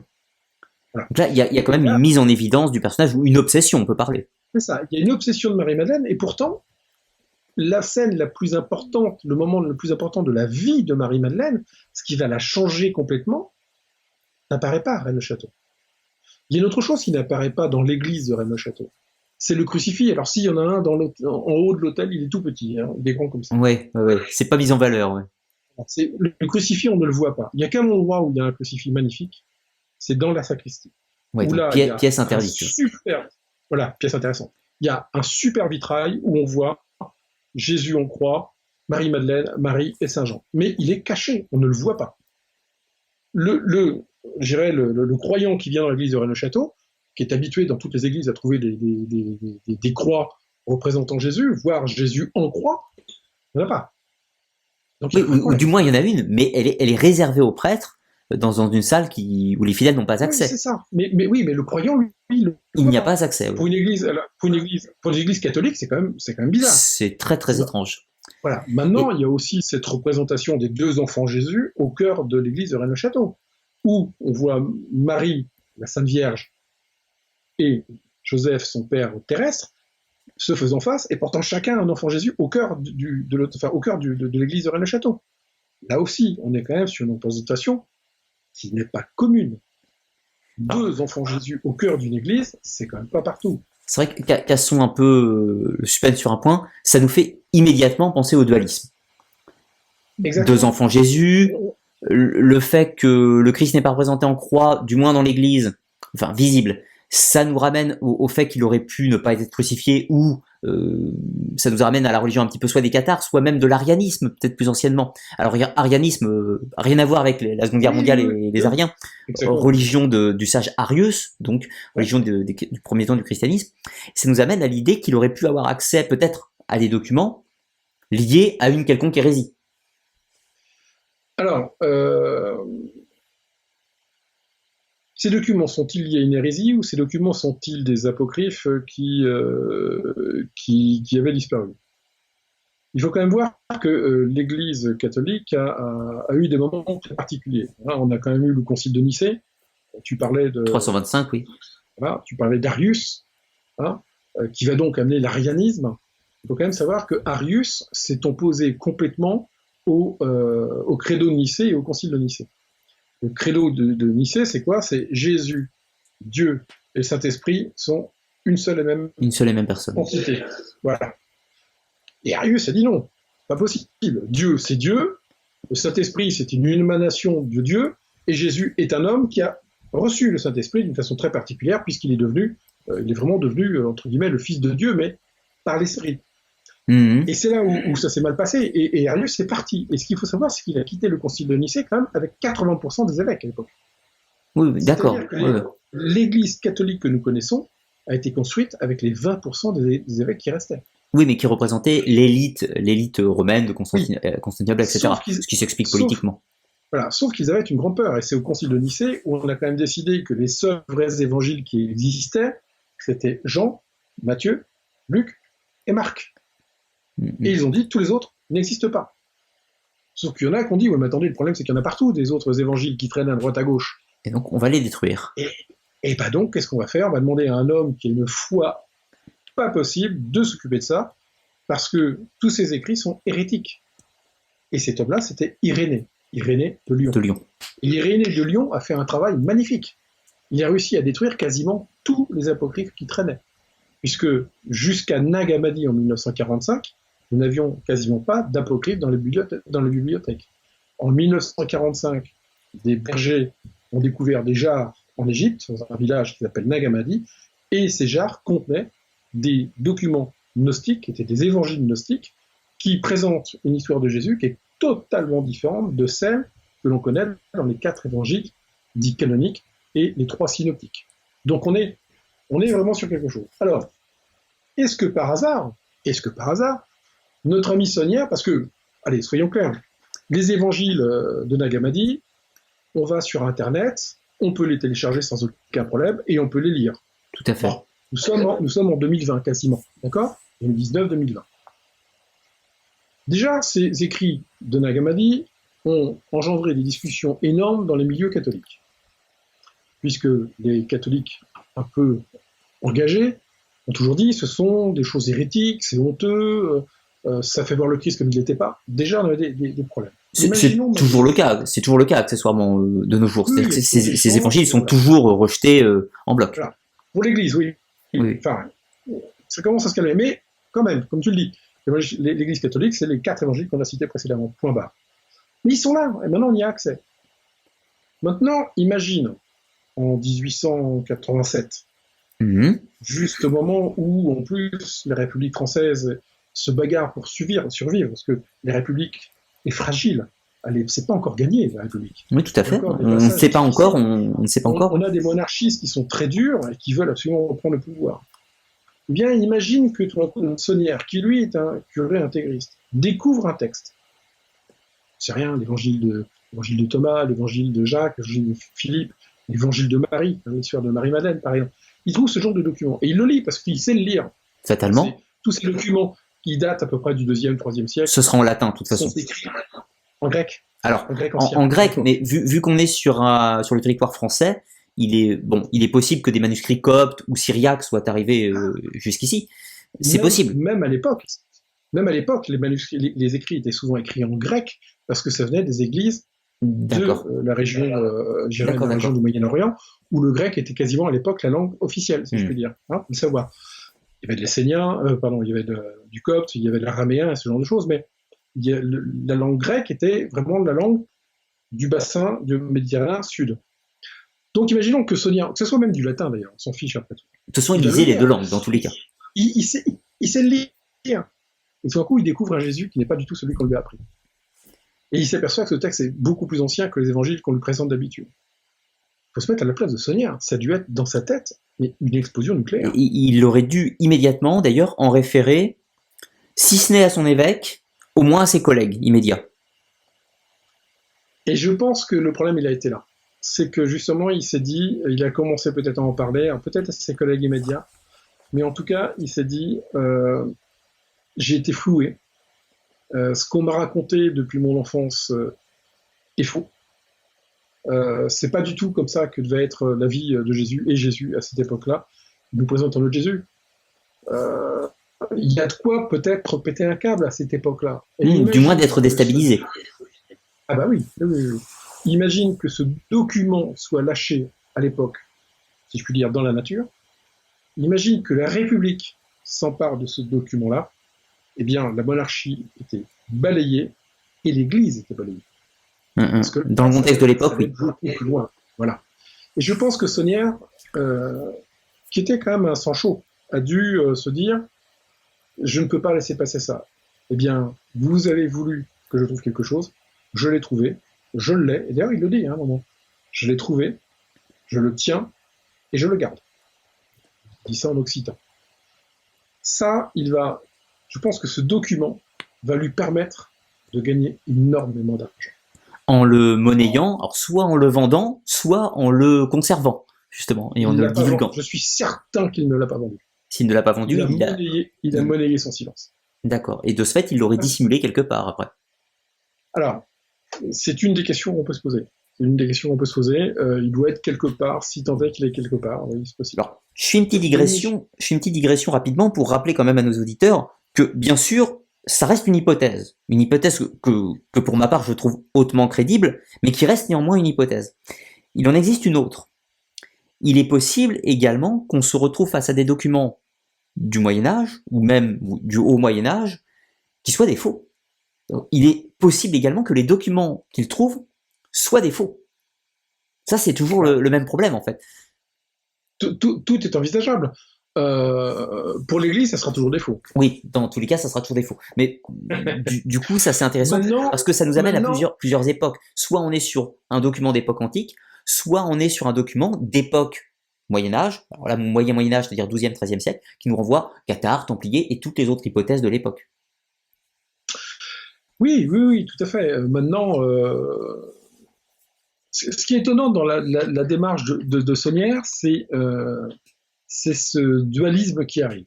Il y a un dualisme qui est incontestable. Celui qui dit qu'il n'y en a pas, soit il veut vraiment pas le voir, tout ce qui est ces notions d'inversion que l'on trouve un peu partout, le côté à l'endroit, à l'envers, le côté positif, le côté négatif, on est bien dans un dualisme.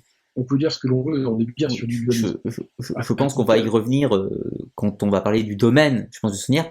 Mais pour revenir un petit peu sur l'église, donc cette décoration de l'église qui nous amène à ce dualisme. Alors, c'est vrai que pris indépendamment, tous les morceaux de l'église peuvent se retrouver ailleurs. C'est-à-dire que le fait d'avoir deux Christ dans les bras des parents, on peut le retrouver ailleurs. Le fait d'avoir un diable dans l'église, on peut le retrouver ailleurs. Mais là, c'est l'accumulation des éléments. Enfin, oui, c'est ça. Puis soyons honnêtes. Le diable dans l'église, on peut le retrouver ailleurs, mais il n'y en a pas beaucoup.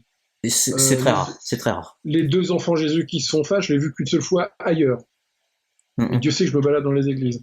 La station 14.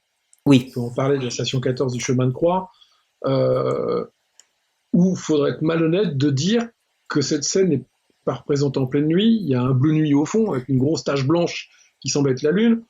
Eh bien, on sait qu'historiquement, et entre guillemets légalement, d'après la loi judaïque, ce moment n'est pas possible. À partir du moment où Jésus est tué le vendredi, enfin il est mis en croix le vendredi, il décède, on le descend vers 15h, parce que disent l'évangile, 15h, 15h30 de la croix, parce qu'il faut faire vite, parce que Shabbat, ça va commencer, et une fois que Shabbat est commencé, l'homme et la femme juive ne peuvent plus travailler. Ils n'ont plus le droit. Donc, tout à fait. Ça. Donc ils n'ont plus le droit de procéder à quelque chose qui génère de l'énergie. Donc il est important que Jésus soit mis au tombeau avant. Donc il faut que, avant que le coucher du soleil soit là, parce que le Shabbat commence au coucher du soleil, eh bien il faut que le corps du Christ soit mis dans le tombeau. C'est ce qui est fait d'après les évangiles canoniques que nous connaissons. Tout à fait. Or, qu'est-ce qu'on voit à Rennes-le-Château? On voit évidemment la scène de la mise au tombeau, parce qu'en effet, et beaucoup ont raison de le dire, c'est la fameuse manufacture Giscard qui a fait ce chemin de croix. Il l'a fait sur catalogue, sauf que le catalogue proposait différentes choses, quelques personnages peints ou pas peints, ou parce que les curés aimaient bien mettre un peu leur chemin de croix. Leur touche personnelle, oui. Mais oui, parce que je vous rappelle que tous ces éléments, ça va aussi au catéchisme des enfants. Ça permettait aux enfants de connaître l'histoire de Jésus. Et quoi de mieux que de donner l'impression que ce Jésus vivait chez eux? Ça aide les gens à mieux retenir les choses. Donc en général, les curés redessinaient un décor qui ressemblait à être chez eux. Pour sensibiliser, le fait de dessiner son propre village, son paysage, oui, ça permet aux gens de s'immerger. De s'approprier la chose. Oui. Et puis en plus, ça montre que pour l'Église, Dieu et Jésus sont partout. Donc c'était aussi le message qui passait comme ça. En revanche, à Rennes-le-Château, sur la station 14, il est quand même surprenant de voir ces détails qui sont là, parce qu'il faut être malhonnête pour dire que ce n'est pas une scène qui semble se passer de nuit. Et si on recadre l'image de la station 14 de nuit, à ce moment-là, c'est plus une mise au tombeau, c'est une sortie. C'est une sortie, oui, totalement.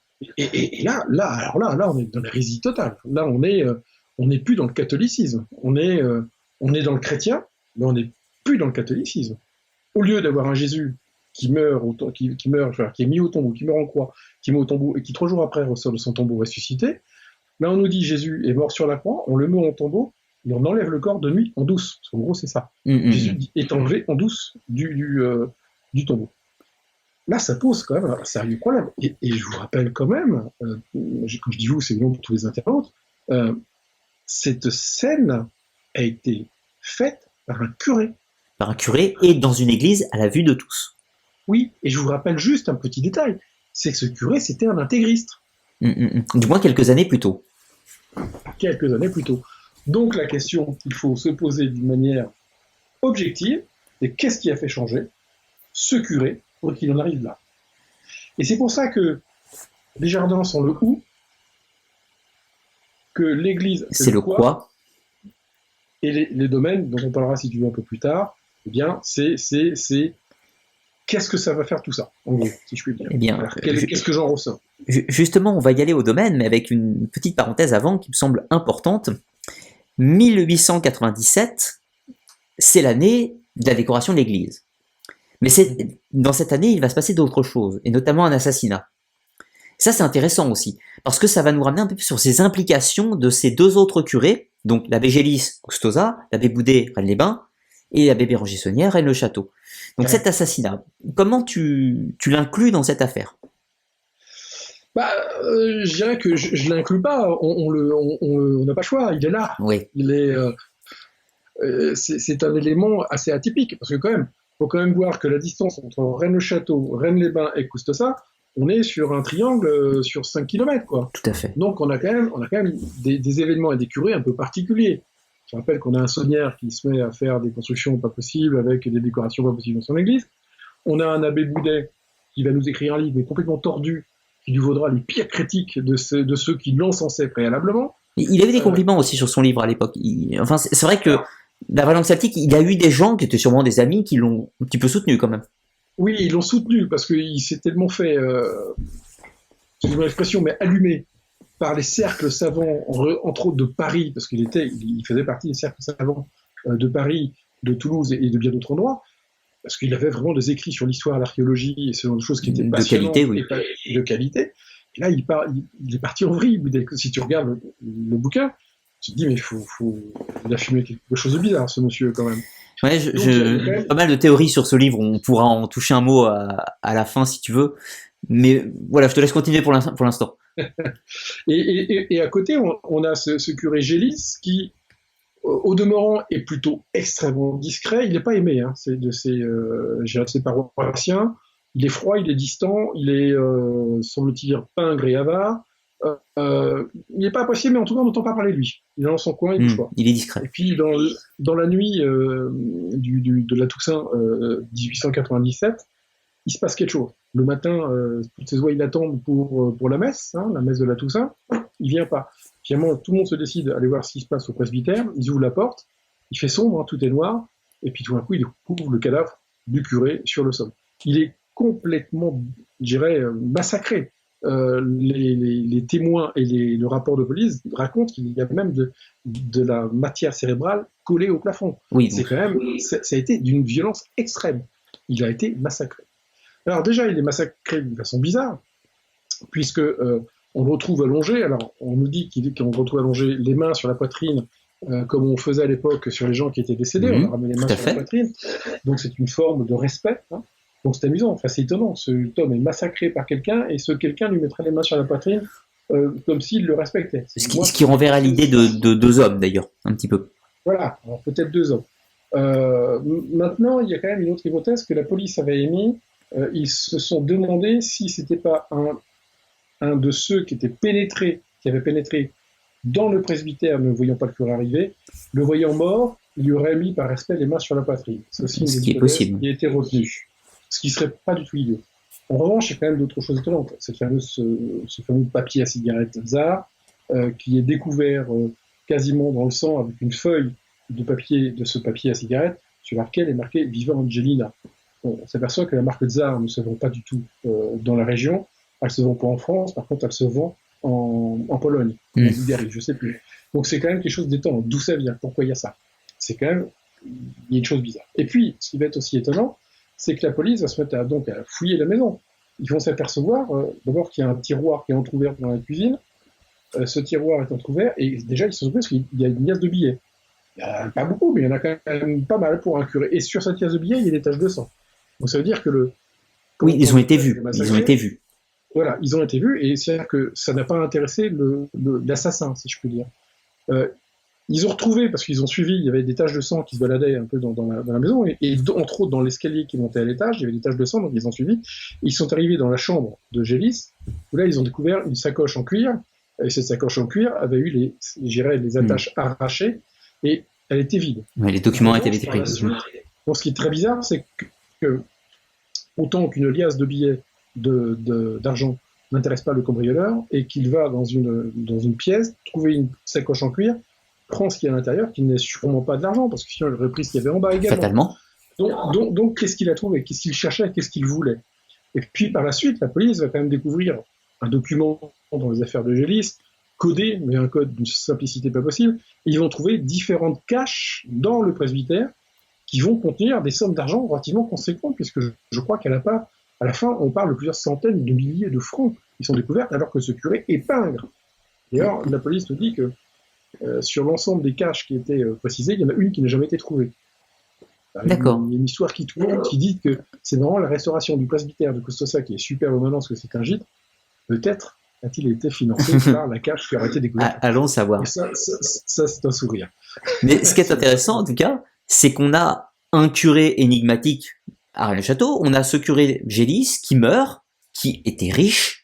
Bon, faut quand même se rappeler du revenu moyen d'un prêtre de cette époque. Alors peut-être qu'il a eu des héritages, c'est possible, mais il y a quand même de fortes sommes d'argent. Donc l'histoire Saunière a trouvé un trésor, ça va l'air de pas être le seul ecclésiastique de la région à s'être enrichi d'une façon étrange, au mieux. Alors, il faut savoir quand même qu'il y en a un autre qui est quand même pas dans la misère, c'est Boudet. Hein. Il vit bien, Boudet. Hein. Il se passe quelque chose. Donc il y a une des théories que je trouve plutôt intéressante, c'est de se dire qu'en effet Saunière a trouvé quelque chose, mais qu'il partage un petit peu ses sous avec ses deux autres confrères, parce que finalement, les deux autres confrères ont dû beaucoup l'aider au départ. Et je pense qu'il y a dû se passer quelque chose dans ce côté-là. Maintenant, il y a le problème Gélis. Le problème Gélis, c'est qui a tué Gélis? Parce qu'on est en l'an 2019, on ne sait toujours pas qui a tué Gélis. Pardon. Certains pensent que Saunière pourrait être l'assassin de Gélis. Parce qu'en effet, il faut savoir que Gélis avait ce qu'on appelait une petite sonnette à l'entrée de son presbytère, et que cette sonnette a été arrêtée, a été bloquée pour pas qu'elle teinte. Donc, semble-t-il, Gélis devait attendre quelqu'un, il devait avoir un rendez-vous avec quelqu'un, donc ce rendez-vous, c'est celui qui l'a probablement tué, et il voulait pas que les gens sachent que cette personne venait. Et pour certains, Saunière serait l'assassin. Vrai, pas vrai? Je reconnais que même moi, j'ai un petit doute là-dessus. Ouais, c'est vrai que c'est très très délicat, c'est très délicat. Après, c'est vrai que beaucoup, aujourd'hui, nous ont vendu Saunière comme un peu un rustre, quelqu'un qui n'avait pas du tout la qualité intellectuelle des deux autres. Moi, je ne partage pas cet avis, tout comme toi, il me semble. Je pense que Saunière déjà était plus jeune, donc le fait qu'il soit moins instruit, moins cultivé que Boudet ou Gélis est normal sur le plan de son âge. Il a acquis moins d'expérience et de connaissances. Et puis on oublie souvent, et ça va nous amener après aux constructions des domaines, c'était un fin lettré. Il lisait beaucoup. Il se constituait une grande bibliothèque. Sa connaissance du symbolisme était quand même relativement marquée. Et je pense qu'on a voulu faire de Saunière un piètre personnage en oubliant que toute cette affaire, c'est quand même lui le protagoniste principal. Oui, alors je pense que c'est ce que j'appelle le syndrome de Boudet. Hein, c'est-à-dire que le livre d'Henri Boudet est tellement abscon et compliqué qu'il n'a pu être écrit que par quelqu'un d'extrêmement intelligent. Donc tout ce qui tournait autour de Boudet était forcément bien moins intelligent que lui. Et que Béranger Saunière n'était que, je dirais, le palefrenier de Boudet dans les travaux qu'il exerçait, et qu'il ne savait même pas ce qu'il découvrait. D'ailleurs, quand il a trouvé la houle, il ne savait pas que c'était un trésor, le pauvre vieux. Donc Boudet ne lui a pas dit. Non, je crois que tu as raison. Il ne faut pas prendre l'abbé Saunière pour un imbécile. Je pense que c'était quelqu'un qui était très malin. Je rappelle, hein, c'était un homme de la terre. Hein. Donc, les gens de la terre sont des gens qui sont loin d'être des imbéciles. Ils connaissent bien tout ce qui est nature, ils connaissent bien tout ça. Et en plus, Saunière, non seulement était issu de la terre, mais comme tu dis, il a fait des études et il a acquis de fortes connaissances. Donc, non, c'était pas un imbécile du tout. Je pense qu'il n'y a pas de différence entre un Boudet, un Gélis et un Saunière. Ils sont tous les trois extrêmement instruits et intelligents. N'oublions pas, pour refaire un petit peu la pub de Saunière, mais il parlait couramment le latin, le grec, il avait des bases de l'hébreu. Ces lectures nous amènent à penser un intérêt pour l'histoire, un intérêt pour le symbolisme et autres. Donc, ne nous mesurons même peut-être nous-mêmes pas à Saunière, d'une certaine façon, par rapport au monde moderne. Et puis, tu sais, il a quand même eu quelques fréquentations par la suite qui étaient quand même pas non plus des gens, je dirais, qui étaient idiots. Quand on pense au ministre qui venait le voir, il n'était plus ministre à l'époque, mais qui le visitait Député de l'Aude, oui. régulièrement, voilà, il était député de l'Aude. Je pense que ces gens-là se contentent pas forcément d'aller voir.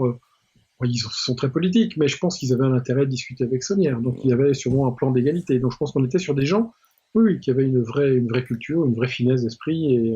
Et Sonnière n'était pas du tout un imbécile. Moi, je me bats depuis des années pour me dire, arrêtons de dire que Sonnière est un imbécile. Je suis tout à fait d'accord. Ça nous renvoie d'ailleurs aussi à ce changement de personnalité de Sonnière. Au début, on a un Sonnière qui est proche de la terre, proche du peuple, qui rit avec eux, qui fait la fête avec eux, qui les invite, qui mange avec eux. Et tout d'un coup, on a un Sonnière qui fréquente les notables, du beau monde, qui se déplace souvent, qui ouvre des comptes à l'étranger, certains diront, etc. Donc on est quand même sur un Sonnière qui change de monde, qui passe de ce milieu un petit peu plus prolétaire, pour parler un peu prosaïquement, et qui passe dans ce milieu un petit peu élitiste, de par ses moyens financiers, et par cette clé d'entrée qu'on lui a donnée à un moment. Oui, c'est vrai qu'il y a un changement, il se passe quelque chose. D'abord, même dans sa tenue, hein, il va de la petite soutane du prêtre, je dirais, de l'Aude traditionnelle, il passe à des soutanes satinées, très belles. Marie Desnarnaud, sa servante, on n'en a pas parlé, mais il vit avec lui. Alors après, on peut tout mettre ce qu'on veut dans le mot vivre, hein, mais il est avec elle, et Marie achète des robes de très belle qualité par correspondance à la Samaritaine de Paris, entre autres, au Beau Marché, qui à l'époque, il faut se rappeler, étaient des magasins quasiment de luxe. Et Marie, cette petite servante de l'Aude, cette ancienne petite chapelière, se promène dans des tenues que seules les grandes parisiennes ont. Donc il y a quand même un changement, ça c'est clair. Ces personnes qui viennent le visiter. On a parlé du jardin Baumès, mais on peut parler de l'étranger, comme on disait à l'époque, le fameux étranger. Cet homme à l'accent germanique qui rencontrait Sonnière. Ça, c'est vrai que ça a été dit, c'était oui, il y a un homme qui est venu. Maintenant, l'histoire dit que ce serait Jean-Salvatore de Habsbourg. Ça, personnellement, je ne peux pas dire. Quoi qu'il en soit, ce monsieur était de l'étranger avec un accent germanique qui venait. Donc, on est quand même sur des personnages très particuliers. Tu parlais de ses comptes en banque. C'est quand même un curé très particulier aussi. Il a un compte en banque à Perpignan, il en a un à Paris, à la Société Générale, et certains qui me connaissent verront pourquoi je souris en disant ça. Et puis, il y en a quelques autres, il y en a surtout un qui est assez extraordinaire, c'est celui qui est à Budapest, à la banque Fritz Dorge. Et qu'est-ce que notre curé de Rennes-le-Château ouvre un compte à Budapest? Alors on nous dit oui, mais on dit ça parce qu'en effet, on a trouvé dans ses affaires un bon de la loterie impériale qui était gérée à Budapest par la banque Fritz Dorge. Oui. Et je pense que c'est extrêmement important de comprendre ça. Parce que à partir du moment où la banque Fritz Dorge est la banque de l'Empire austro-hongrois, hein, on va voir ça, donc des Habsbourg qui est là, l'intérêt qu'il peut y avoir, c'est quelque chose de très pratique. À partir du moment où on a un compte au même endroit que quelqu'un que l'on connaît, eh bien les virements interbancaires sont très faciles à faire. Et ça ne se voit pas. C'est quelque chose de très, très discret. On sait que c'était Habsbourg et le Vatican également assurant. Donc, est-ce que des sommes d'argent n'ont pas transité grâce à ce compte qui, après, permettait de faire des bascules, des virements d'une banque à une autre, pas celle de Perpignan ou celle de Paris, ou encore quelques autres qu'il pourrait y avoir, on peut vraiment se poser des questions. Mais il y a une chose aussi qui est très intéressante, on pourrait parler éventuellement d'un compte de dépôt. Si on revient sur cette idée qu'il a trouvé des documents et qu'il a monnayé pour ne pas les diffuser, ou inversement, disons, pour les diffuser, il est tout à fait possible que par souci de discrétion, on dépose sur un compte lointain, etc., tout ça, dans le pays local, peut-être des donateurs anonymes, et qui ont des moyens, en l'occurrence, pour le financer. Donc c'est vrai que cette idée est intéressante. Oui, moi je me suis... ça m'est venu... j'ai mis ça en évidence à partir du moment où j'ai compris que cette banque de Budapest était la banque qui s'occupait de la loterie royale. Je me suis dit, mais qu'est-ce qui... Et c'est là où je me suis dit, mais finalement, si il y a eu deux groupes qui étaient très, très sensibles à la problématique du catholicisme en France, évidemment le Vatican, hein, enfin en France, oui, le Vatican et bien sûr les Habsbourg, puisque l'Empire austro-hongrois était très proche de la religion, donc il était important pour eux que là-dessus ça ne bouge pas. Donc je pense qu'en effet il a joué là-dessus, et c'est pour ça que ce compte, j'en suis convaincu ça a permis les transactions bancaires de façon beaucoup plus discrète. Ce qui serait dans tous les cas très cohérent. D'ailleurs, on note aussi sa discrétion, c'est-à-dire que quand il part, il donne à Marie des lettres préfaites qu'elle envoie pour suggérer qu'il est toujours présent. Alors, on se retrouve donc avec un Sonnière. Revenons un petit peu sur le côté plus technique, parce que c'est ce qui est très intéressant dans la théorie de ton livre, c'est sur le lieu de la cache, éventuellement. Tu nous as parlé de l'église, des premières découvertes, la dalle, le pilier, etc., tout ça, qui peuvent peut-être par des parchemins le conduire à une cache. Il fait des fouilles dans le cimetière. On a cette tombe de la Dame de Blanchefort. On a éventuellement l'hypothèse, qui pour moi est plus qu'une hypothèse, d'une crypte sous l'église. Mais est-ce tout? Est-ce que c'est sous l'église qu'il aurait trouvé tout? Je sais que tu as un point qui nous emmène un petit peu plus loin. Oui, alors c'est vrai que il a découvert des choses sous l'église. On en a parlé tout à l'heure. La crypte, probablement les tombeaux des seigneurs de Rennes qui étaient inhumés à cet endroit-là, des objets comme les calices, des objets comme le livre paroissial. Le livre, oui, voilà, pour l'inhumation. Voilà.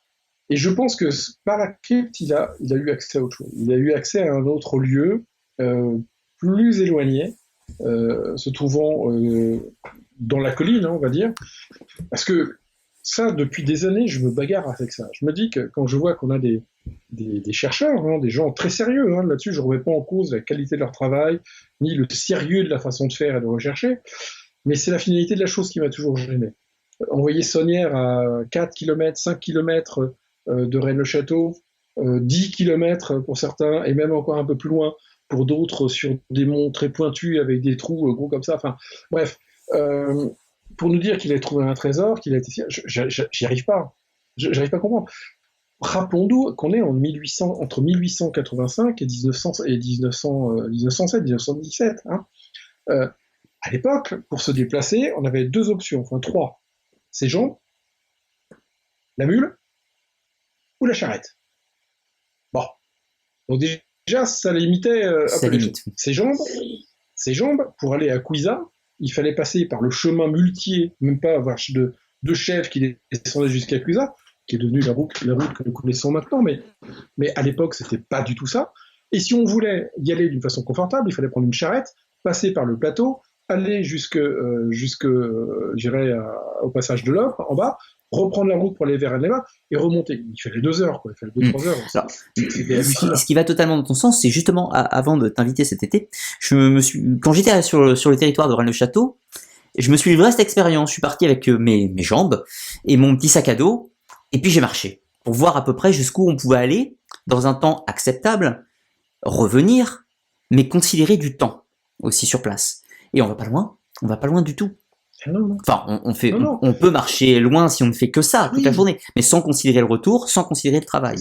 C'est ça. Donc c'est vrai et c'est vrai qu'il faut, à partir du moment où on étudie quelque chose, il faut toujours le remettre dans son contexte. Si on ne remet pas les choses dans leur contexte, on passe à côté des choses parce qu'on est tellement influencé par notre propre contexte qu'on remet ces choses-là dans notre contexte qu'il faut. Parce que c'est pas le leur.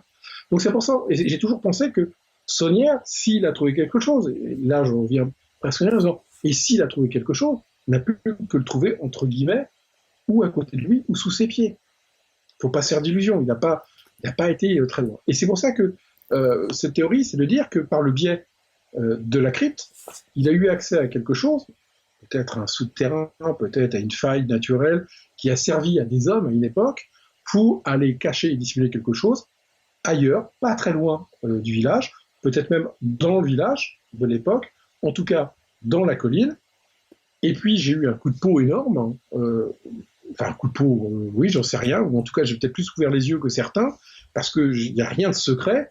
Quand vous prenez, je dirais simplement une image de Google Maps maintenant, ou de Géoportail ou autre, bien quand vous regardez la vue satellite de Rennes-le-Château, eh bien juste au nord de Rennes-le-Château, sur le flanc de la colline, on voit qu'il y a un effondrement extraordinaire qui s'est produit. Et cet effondrement, j'y suis allé plusieurs fois pour voir ce que c'est, il est vraiment massif.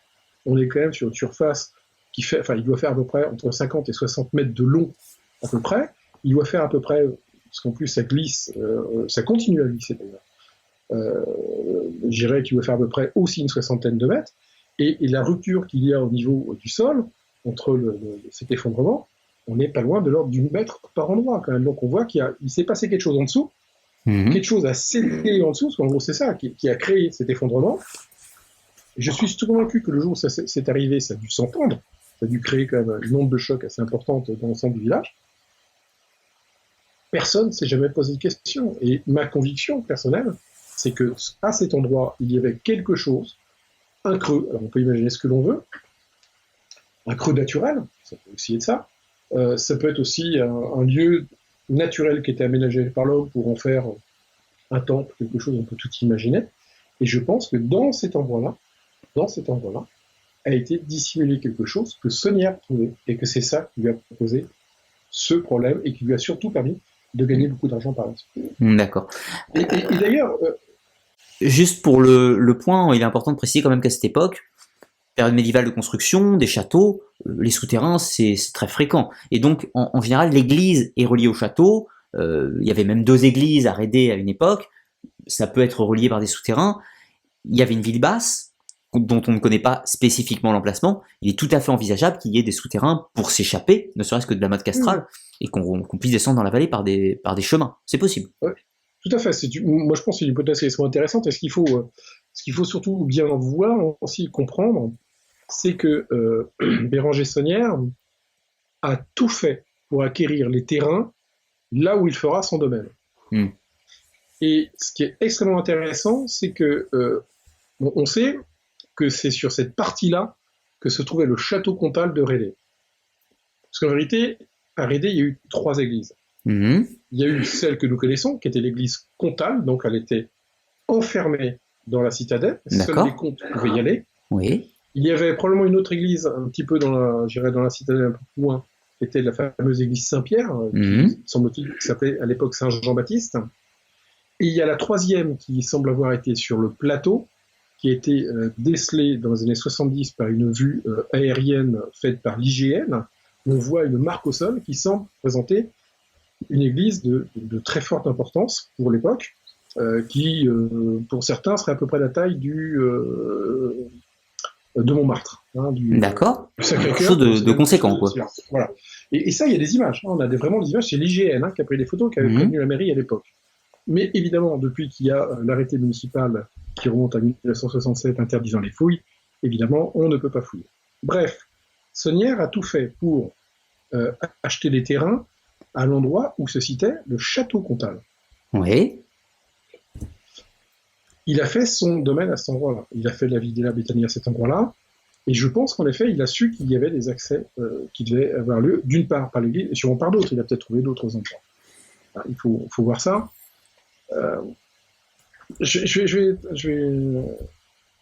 Mon ami Alain Ferral, parce que c'était vraiment quelqu'un pour moi d'important, un jour m'a dit, et il était sérieux le beau, mais tu sais, il dit un jour vous allez trouver la clé, vous allez y aller. Ah bon, tu crois? Il dit ouais. Il me dit moi j'y suis allé avant vous. Je comprends ça, il dit avant. Il dit oui. Il me dit j'ai laissé une preuve de mon passage. Je dis ah bon? Je dis qu'est-ce que t'as fait? Il me dit j'ai pris une bouteille de coca et j'ai mis un petit mot avec la date et signé. Vous trouverez cette bouteille un jour. Et ça m'a extrêmement étonné. Alors, ce qu'il faut savoir, c'est que Alain Ferral a quand même vécu de nombreuses années dans le presbytère de l'église de Rennes-le-Château. Et il était appelé le mesureur, si je puis dire, puisqu'il prenait des mesures de toutes les constructions saunières. C'est ce qui lui a permis de faire son fameux livre, Le Royaume des Morts, que je conseille à tout le monde d'avoir, si vous pouvez le voir, parce que c'est très compliqué à voir maintenant, mais c'est pour moi la pièce fondamentale des recherches de Rennes-le-Château. Alain Ferral était quand même un personnage très intéressant et très particulier. Et c'est vrai que Ferral, dans une de ses planches, montre bien que le domaine de Sonnière est bien sur l'emplacement du château comtal. Et il y a ça quelques années, j'avais discuté avec un conseiller municipal, je tairai son nom, qui m'a dit, lorsque nous avons fait les travaux de la cuisine, du presbytère, Oui. il a fallu enlever tout ce qu'il y avait, et ils ont, semble-t-il, j'étais pas là, j'ai pas vu, il n'y avait pas de photo. Ils ont fait les travaux, et quand ils ont enlevé, je dirais, la terre et autres qui avait sur le sol, ils auraient mis en évidence des sommets d'arches qui étaient là. Qui suggérerait donc un arc de décharge et donc un passage. Voilà. Et puis surtout en dessous, une salle. Oui, bien sûr. Et ça a été bétonné. Voilà. Ce qui est quand même très incohérent. On tomberait presque dans des théories complètement du complot sur cette ville. Enfin, il paraît quasi évident. Je pense notamment aux travaux de Paul Saussé, qui met quasiment en évidence l'existence d'une crypte sous l'église. Ça fait longtemps maintenant que les chercheurs tournent dans la région. C'est passé sur tous les grands médias, des documentaires, des milliers de livres, enfin au moins un bon millier de livres sur la question. Il est quand même fou que la DRAC se dise non, il n'y a rien sur Rennes-le-Château. Il y a peut-être rien, mais creuser au moins on sera fixé, quoi. Enfin, mais par bon sens. Imaginons qu'on le mette en évidence une crypte comme celle de l'église Saint-Spéry à Saint-Céré, parce que je pense qu'elle serait à peu près la même, vu l'époque de la construction de l'église. Bien, ça serait déjà un superbe trésor, un trésor archéologique. Tout à fait. Et c'est là où je ne comprends pas la réaction officielle de la DRAC. Ils vont peut-être nous entendre, ils vont peut-être nous voir, je vais peut-être recevoir un courrier incendiaire. Et ben, tant pis, mais moi je dis, je ne comprends pas. Et j'ai souvent échangé avec la personne, qui n'est plus la même maintenant, à une certaine époque, qui s'occupait du dossier dans le château, et il ne voulait rien entendre. Et plusieurs dossiers, et Paul Saussé, pour le dire, il lui-même a monté des dossiers archéologiques, de demande d'autorisation de fouilles, extrêmement bien montés, extrêmement bien cadré et calé, et ça a toujours été refusé. Toujours. Moi, je serais tenté de leur passer un message un jour s'ils nous écoutent ici. Je ne suis pas spécialement partisan des théories du complot, mais en l'occurrence, il ne faut pas qu'ils s'étonnent que les gens y croient aux théories du complot, avec des réactions comme ça. C'est simplement ça, c'est un non-sens en fait. Donc, quittons ces configurations politiques, si je puis dire, pour venir maintenant à cette troisième phase, comme tu l'appelles, qui est le domaine. Donc, Saunière a trouvé quelque chose, il devient riche, il magouille aussi un petit peu, quand même, on le voit, il commande un petit peu du rhum, fait des collections étranges, etc. Mais il a une petite mégalomanie de construction qui va germer. Après avoir restauré complètement l'église, très probablement illustré ce qu'il a trouvé, pour reprendre tes mots, le quoi. Après, c'est l'achat des domaines, et c'est la construction, avec des sommes faramineuses. Ah oui, il faut quand même imaginer que on a du mal à se rendre compte de ce que ça a dû être, ce moment de construction à Rennes-le-Château. Ça a dû être une révolution dans ce village, mais qui a dû être extraordinaire, quoi. Enfin, je veux dire, tout d'un coup, alors tout le monde parle de la Villa Béthanie comme étant quelque chose de magnifique. Alors c'est vrai que la première fois que je suis allé, bon, c'est vrai, je vis en région parisienne, je suis habitué à certaines bâtisses, et on me parlait de la Villa Béthanie, et j'arrive devant la Villa Béthanie, et je me dis, bon, c'est pas grandiose, mais après, c'est là où je me suis remis, comme j'aime me le dire, dans le contexte de l'époque.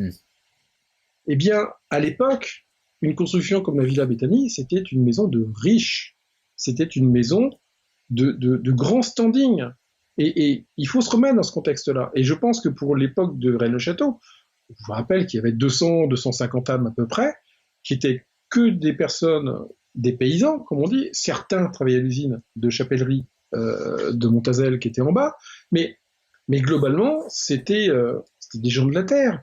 Et tout d'un coup, ils voient s'élever cette villa, et puis cette tour, en plus, elle est très belle, elle est très, très claire, et elle domine, je dirais, le ravin qui est en bas, elle est au-dessus du plateau. Il y a de quoi marquer les esprits. Et d'ailleurs, soyons honnêtes, ça continue même encore de nos jours à nous marquer. La Villa Béthanie, un peu moins, mais la tour Magdala, c'est le symbole de Rennes-le-Château. C'est un tout. Je prends mon cas personnel. Quand je vais à Rennes-le-Château, je trouve les monuments magnifiques et ils m'enchantent, alors que je verrai les mêmes bâtiments ailleurs, je les trouverai d'un immondice absolu. Exactement. Parce que le style néo-gothique, c'est clairement pas ma tasse. Et pourtant, à Rennes-le-Château, ça lui donne une magie particulière. Voilà. Bon, c'est vrai que j'ai... Et puis, il donne des noms. La Villa Béthanie. Hein, Béthanie, hein, c'est le village de Béthanie, hein, c'est là où, justement, avec Jésus, Marie-Madeleine, Lazare, n'oublions pas Lazare, hein, Lazare. Mhm. Et puis il y a une deuxième Marie, Marie de Béthanie. Et d'ailleurs, celle qui est représentée dans l'oculus de l'église de Rennes-le-Château, ce superbe vitrail que l'on voit, Mhm. où on voit Marie en train de laver les pieds de Jésus avec ses cheveux, c'est pas Marie-Madeleine, c'est Marie de De Béthanie. Béthanie. Celle-ci, elle se passe à Béthanie. Et donc, pour certains qui disent ah oui, mais Marie-Madeleine était la femme de Jésus, c'était sa compagne. Non, non. Marie-Madeleine n'a jamais été, à mon goût, la femme de Jésus. Ça a peut-être été son pendant philosophique, son pendant ésotérique, euh, le fameux féminin sacré, hein, comme on dit certains, mais je pense que Jésus, justement, voulait réformer la loi juive et surtout remettre la femme à sa place dans la religion juive. Et je pense que Marie-Madeleine avait ce rôle extrêmement important à jouer. En revanche, Marie de Béthanie, on peut s'interroger sur la relation qu'elle avait avec Jésus. N'oublions pas que lorsqu'elle fait appeler Jésus parce que Lazare est mort, il lâche tout et il part. Et on se demande pourquoi. Pourquoi Jésus lâche tout comme ça pour aller voir ce type dont on ne sait pas d'où il sort finalement. Et que la personne qui l'accueille, c'est Marie de Béthanie.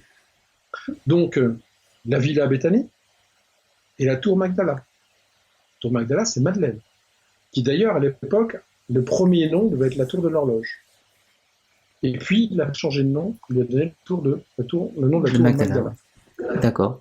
Ce qu'il faut savoir, c'est que c'est presque un pléonasme, hein, puisque je crois que c'est en araméen, semble-t-il, Magdala veut dire tour. Oui. Alors, je ne sais pas. Hein, Voilà, c'est la tour, si je puis dire. Magdala, en araméen, c'est tour. Alors, la tour. Ça, ce qui peut s'expliquer facilement, je prends un exemple qui n'a rien à voir, mais c'est comme si on prend loup-garou. En fait, loup-garou, ça ne veut rien dire, parce que garou, ça voudrait dire loup-garou. Donc c'est comme si on disait loup-garou. C'est le même problème. Je pense que ça vient d'une incompréhension de jeu de langage. C'est sûrement pas volontaire pour moi, ça. Donc on a la tour Magdala qui est là, on a la villa Béthanie, hein, et tout ce domaine va se construire autour de ça. Et puis on va voir d'autres symboles qui vont arriver beaucoup plus difficiles à percevoir.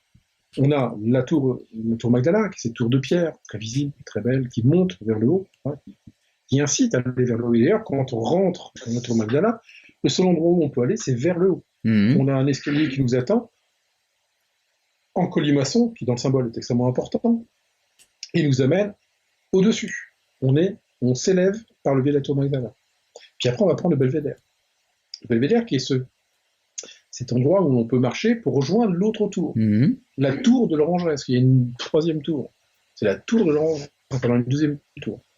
Et cette tour de l'Orangerie, c'est la fameuse serre, on appelle ça la serre. Pourquoi ? Parce que Saunière, il mettait des plantes rares, parce que c'est évidemment, il fait très chaud, je ne sais pas si tu as déjà été quand oui, tout à fait. Tu n'as même pas besoin de payer un sauna, tu es tranquille. Si tu restes 10 minutes, tu es trempé comme c'est possible. Il y fait extrêmement chaud, presque trop chaud d'ailleurs pour des plantes. Mais quoi qu'il en soit, elle est là, mais elle est transparente, celle qu'on ne voit pas. C'est la notion de l'invisible. En revanche, quand on est à cette tour, le seul endroit où l'on peut aller, eh bien, c'est un escalier, comme la tour Magdala. Mais là, il descend. Et là, nous descendons encore au colimaçon dans le sous-sol. On va au centre de la Terre. Et ce qui est très étonnant, c'est que dans la tour Magdala et dans la tour de l'Orangerie, nous avons deux points communs. L'une et l'autre ont une salle, évidemment une au rez-de-chaussée pour la tour Magdala, et pour la tour de verre, elle est en sous-sol. Eh bien, ces salles font 3 mètres par 3 mètres par 3 mètres. On est dans un cube parfait. Et ça, c'est assez surprenant. Pourquoi Saunière a-t-il fait ça ? Pourquoi ces deux tours, une qui monte vers le ciel, l'autre qui descend vers la terre ? On serait un peu comme pour l'échiquier, je dirais presque la tour noire et la tour blanche. Et d'ailleurs, si on positionnait ces deux tours sur l'échiquier, elles seraient sur les places que je viens de dire. Sachant que tout le domaine de Saunière pourrait représenter symboliquement un échiquier. Enfin, c'est quelque chose que tu démontres très très bien dans ton livre, avec donc on a ces deux tours qui terminent, mais ce belvédère, il nous manquerait une case quasiment. C'est comme s'il y avait une case manquante un petit peu. Ouais. Et c'est vrai que on ne peut que se surprendre de ce symbolisme qui est là. Parce que là, on n'est plus dans un symbolisme chrétien. Hein. Enfin, pardon, on n'est plus dans un symbolisme catholique. Oui, tout à fait. Mais on est bien dans un symbolisme qui n'a rien à voir avec l'Église catholique. Donc, on a un curé catholique qui fait faire des choses pas catholiques. Il faut bien se rendre compte que c'est bien Saunière qui a demandé à faire ça. Tout à fait, tout est bien réfléchi et ça prend une iconographie religieuse, du moins nominative, mais avec des symboles qui ne sont pas du tout classiques. Enfin, l'échiquier, le damier qu'on retrouve dans l'église aussi, même si c'est sujet un petit peu à caution. On le retrouve. Oui, mais justement, moi j'y croyais pas du tout, cette histoire de damier dont notre bel auteur Gérard de Seine nous parle dans son premier livre. Il dit qu'il y a l'échiquier dans l'église de Rennes-le-Château. J'avais beau regarder, je le trouvais pas. Et c'est Alain Ferral qui m'a emmené dans l'église, il m'a dit, mais regarde, ouvre tes yeux, regarde ce qu'il y a. Et en effet, quand on regarde les carreaux qui arrivent au dallage à l'entrée de l'église, eh bien, il y a un biseau. Et quand on suit ce biseau, ça nous permet justement de construire un échiquier à 64 cases. Et si c'est du hasard, c'est bien foutu, parce que de l'autre côté, où il y a les mêmes carreaux, là, on n'a pas de biseau, on est bien sur des carreaux qui sont bien mis d'une façon perpendiculaire. Donc, il y a très peu de hasard au Rennes-le-Château. Et en effet, le symbole de l'échiquier est quand même quelque chose d'extrêmement important, cette notion du dualisme. On est bien dans le dualisme. Et Saunière nous montre bien le dualisme. Je pourrais parler des heures de la Tour Magdala, des différents chiffres redondants qui viennent. Là, on en aurait encore pour 2 heures d'émission. Mais les chiffres 11, 22, 64 sont présents. Qui se répètent périodiquement. Qui se répètent perpétuellement. Une chose intéressante, c'est le fait que ce damier imagé qu'on voit un petit peu dans l'église, c'est comme s'il était regardé par le diable et regardé un petit peu par le Christ, le Jean-Baptiste. Comme si les deux regardaient cette zone-là spécifiquement, montrant un petit peu leur jeu cosmique. Oui, tout à fait, d'autant que Jean-Baptiste et Jésus. Oui, tout à fait. Regarde bien en effet le damier, c'est surtout Jésus qui le regarde. Et le diable qui est là. Alors, certains disent que c'est Asmodée, moi, personnellement, je pense pas. Enfin, bref, il est là, ce diable. Et il regarde en effet un endroit précis. Eh bien, on a là aussi le dualisme. On a le côté ténébreux de la terre, le côté noir, et le côté lumineux de Jésus, parce que Jésus apporte la lumière. On a ces deux entités qui sont soi-disant opposées, qui regardent ce damier. C'est ce damier qui est justement lui aussi binaire, et qui représente forcément une complémentarité, parce que l'un ne va pas sans l'autre, et qu'on ne peut pas faire l'un sans l'autre. Donc on est sur quand même, là on est vraiment dans du symbole.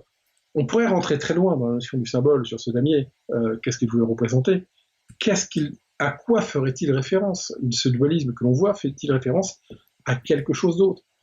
Ça pourrait aller très très loin, mais quoi qu'il en soit, on s'aperçoit que notre curé, c'est ça qui est important de bien comprendre, et que notre curé Saunière va prendre à contre-pied ce qu'il a toujours acquis. Mais il reste bien dans la chrétienté, puisqu'il nous parle bien de la tour Magdala, de la villa Béthanie. Il reste, c'est un chrétien, Saunière. Oui, mais même jusqu'à la fin de sa vie. Jusqu'à la fin de sa vie, puisqu'il sera toujours. On raconte que lorsqu'il a été. Bon, c'est vrai que ce soir, on n'a pas pris le temps, parce qu'on ne peut pas tout dire. On n'a pas pris le temps de parler de sa condamnation par l'Église, de Monseigneur de Beauséjour, etc. Mais quand il n'est plus prêtre de Rennes-le-Château, mais qu'il y habite, on raconte qu'il célébrait la messe pour les habitants. Donc, il est encore.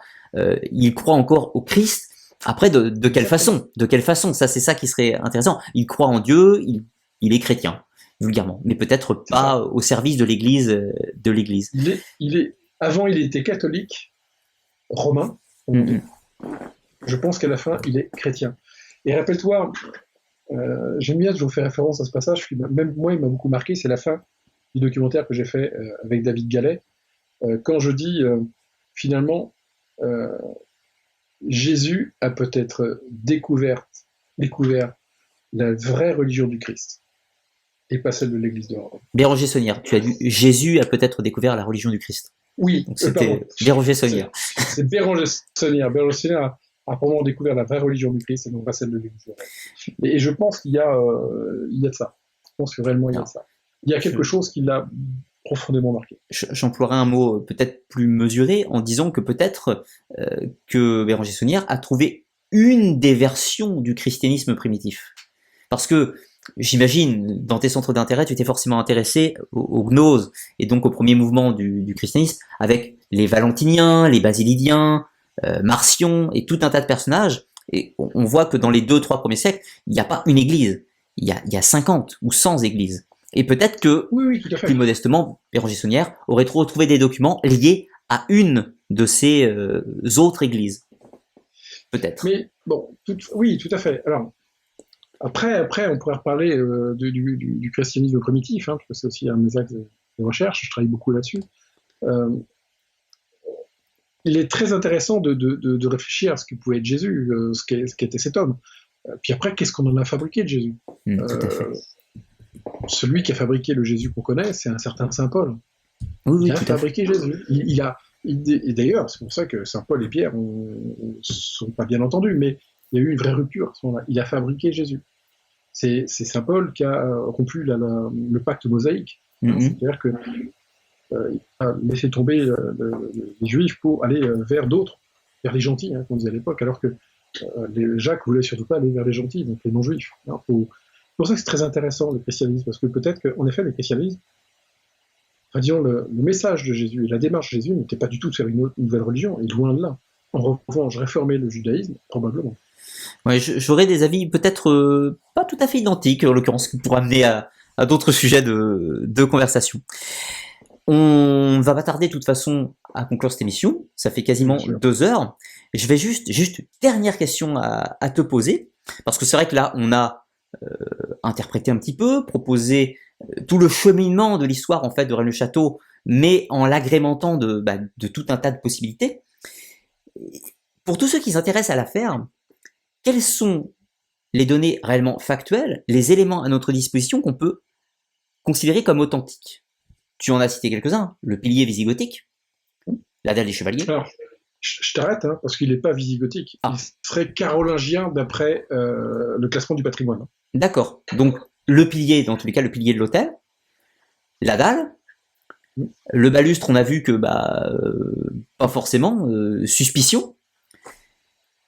À ton avis, est-ce que la stèle de la marquise de Blanchefort peut être intégrée dans nos sources primaires? Alors, j'ai aucun élément là-dessus. Parce qu'on a le relevé de la Société d'études de l'Aude, si je dis pas, de 1906. Oui, avec Eugène Subline. Non, c'est pas le document qu'on trouve dans les apocryphes du prieuré d'Aussion, mais l'autre, c'est ça. Voilà, c'est ça. Le problème, c'est que le document, on l'a jamais trouvé. D'accord. Si des documents et on ne les trouve pas. Et ça, alors ça, c'est typiquement Gérard de Sède. Il nous parle de parchemin, mais qu'on ne trouve pas. Il nous parle d'une dalle, d'une marquise, qu'on ne trouve pas. Il nous parle d'une copie de la dalle qu'on ne trouve pas. On ne trouve jamais rien. C'est fou, ça. En revanche, je ne dis pas qu'il ment. Je pense qu'il dit il y a des parchemins qui ne sont pas du tout ceux que je vous présente, mais il y en a. Il y a eu une tombe qui est intéressée à mentionner, mais c'est pas celle dont je vous parle. Parce que ça, c'est juste pour vous dire qu'il y a des tombes. De même qu'il dit, il y a un super tableau qui est fait par Nicolas Poussin, les bergers d'Arcadie, et d'ailleurs, le fond, c'est Rennes-le-Château. Je crois absolument pas. Par contre, il dit attention, il y a une œuvre picturale extrêmement importante dans l'affaire de Rennes. Et il y en a une qui est sous les yeux de tout le monde. C'est la fameuse fresque quand on rentre dans l'église. Et là, tout est dit dans cette église. La grande fresque, d'ailleurs, voilà, qui amène à ton décodage sur ce fameux écroulement, la colline. Exactement. Et c'est pour ça que je pense... Et d'ailleurs, ce petit personnage sur la lande, enfin sur la colline, là que l'on voit, qu'est-ce qu'il fait là? C'est bien qu'il indique quelque chose d'important. Avec son parapluie, d'ailleurs. Voilà. Et Gérard de Sède, c'est ce qu'il dit. Et tant que les gens ne prendront pas Gérard de Sède en allant chercher en dessous ce qui est caché, eh bien, les gens continueront à prendre les écrits de Gérard de Sède au pied de la lettre. Et ce qui est formidable, c'est que c'est tous les écrits de Gérard de Sède.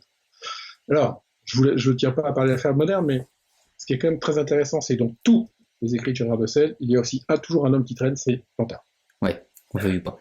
Et ce qui d'ailleurs pourra nous amener à une autre émission en direct, ou peut-être une interview, comme ça, parce que suivant les difficultés techniques, qui pourra nous amener à l'autre affaire, donc celle de Gisors, qui précède Rennes-le-Château. Et c'est vrai que j'avais le désir de parler avec toi dans une future émission donc de Plantard, mais je pense qu'il faut pour parler de Plantard revenir à quelque chose de bien avant Rennes-le-Château, et donc l'énigme de Gisors, qui, si tu l'acceptes, pourra faire l'objet d'une autre émission future afin de rentrer plus longuement dans la technique de tous ces sujets. Avec grand plaisir, mais tu as raison. En effet, si on veut comprendre Rennes-le-Château, il faut d'abord partir par Gisors. Et si on veut comprendre, entre guillemets, Plantard, et je tiens pas du tout à rentrer dans les polémiques autour de la vie de Plantard et des machins, mais l'action qu'il a menée, et on pourra en parler à ce moment-là, il faut partir de Gisors. Si on ne part pas de Gisors, on ne peut pas comprendre Rennes-le-Château. D'accord. Dans l'affaire moderne, je crois. Dans l'affaire moderne. Pas dans l'affaire de Rennes-le-Château. Plantard s'est accroché à l'affaire de Rennes-le-Château de Gisors pour des raisons différentes de ce qu'on pourrait penser. D'accord. D'où l'affaire moderne, justement, qui est bien distinguée de cette affaire primitive, avec ses sources authentiques.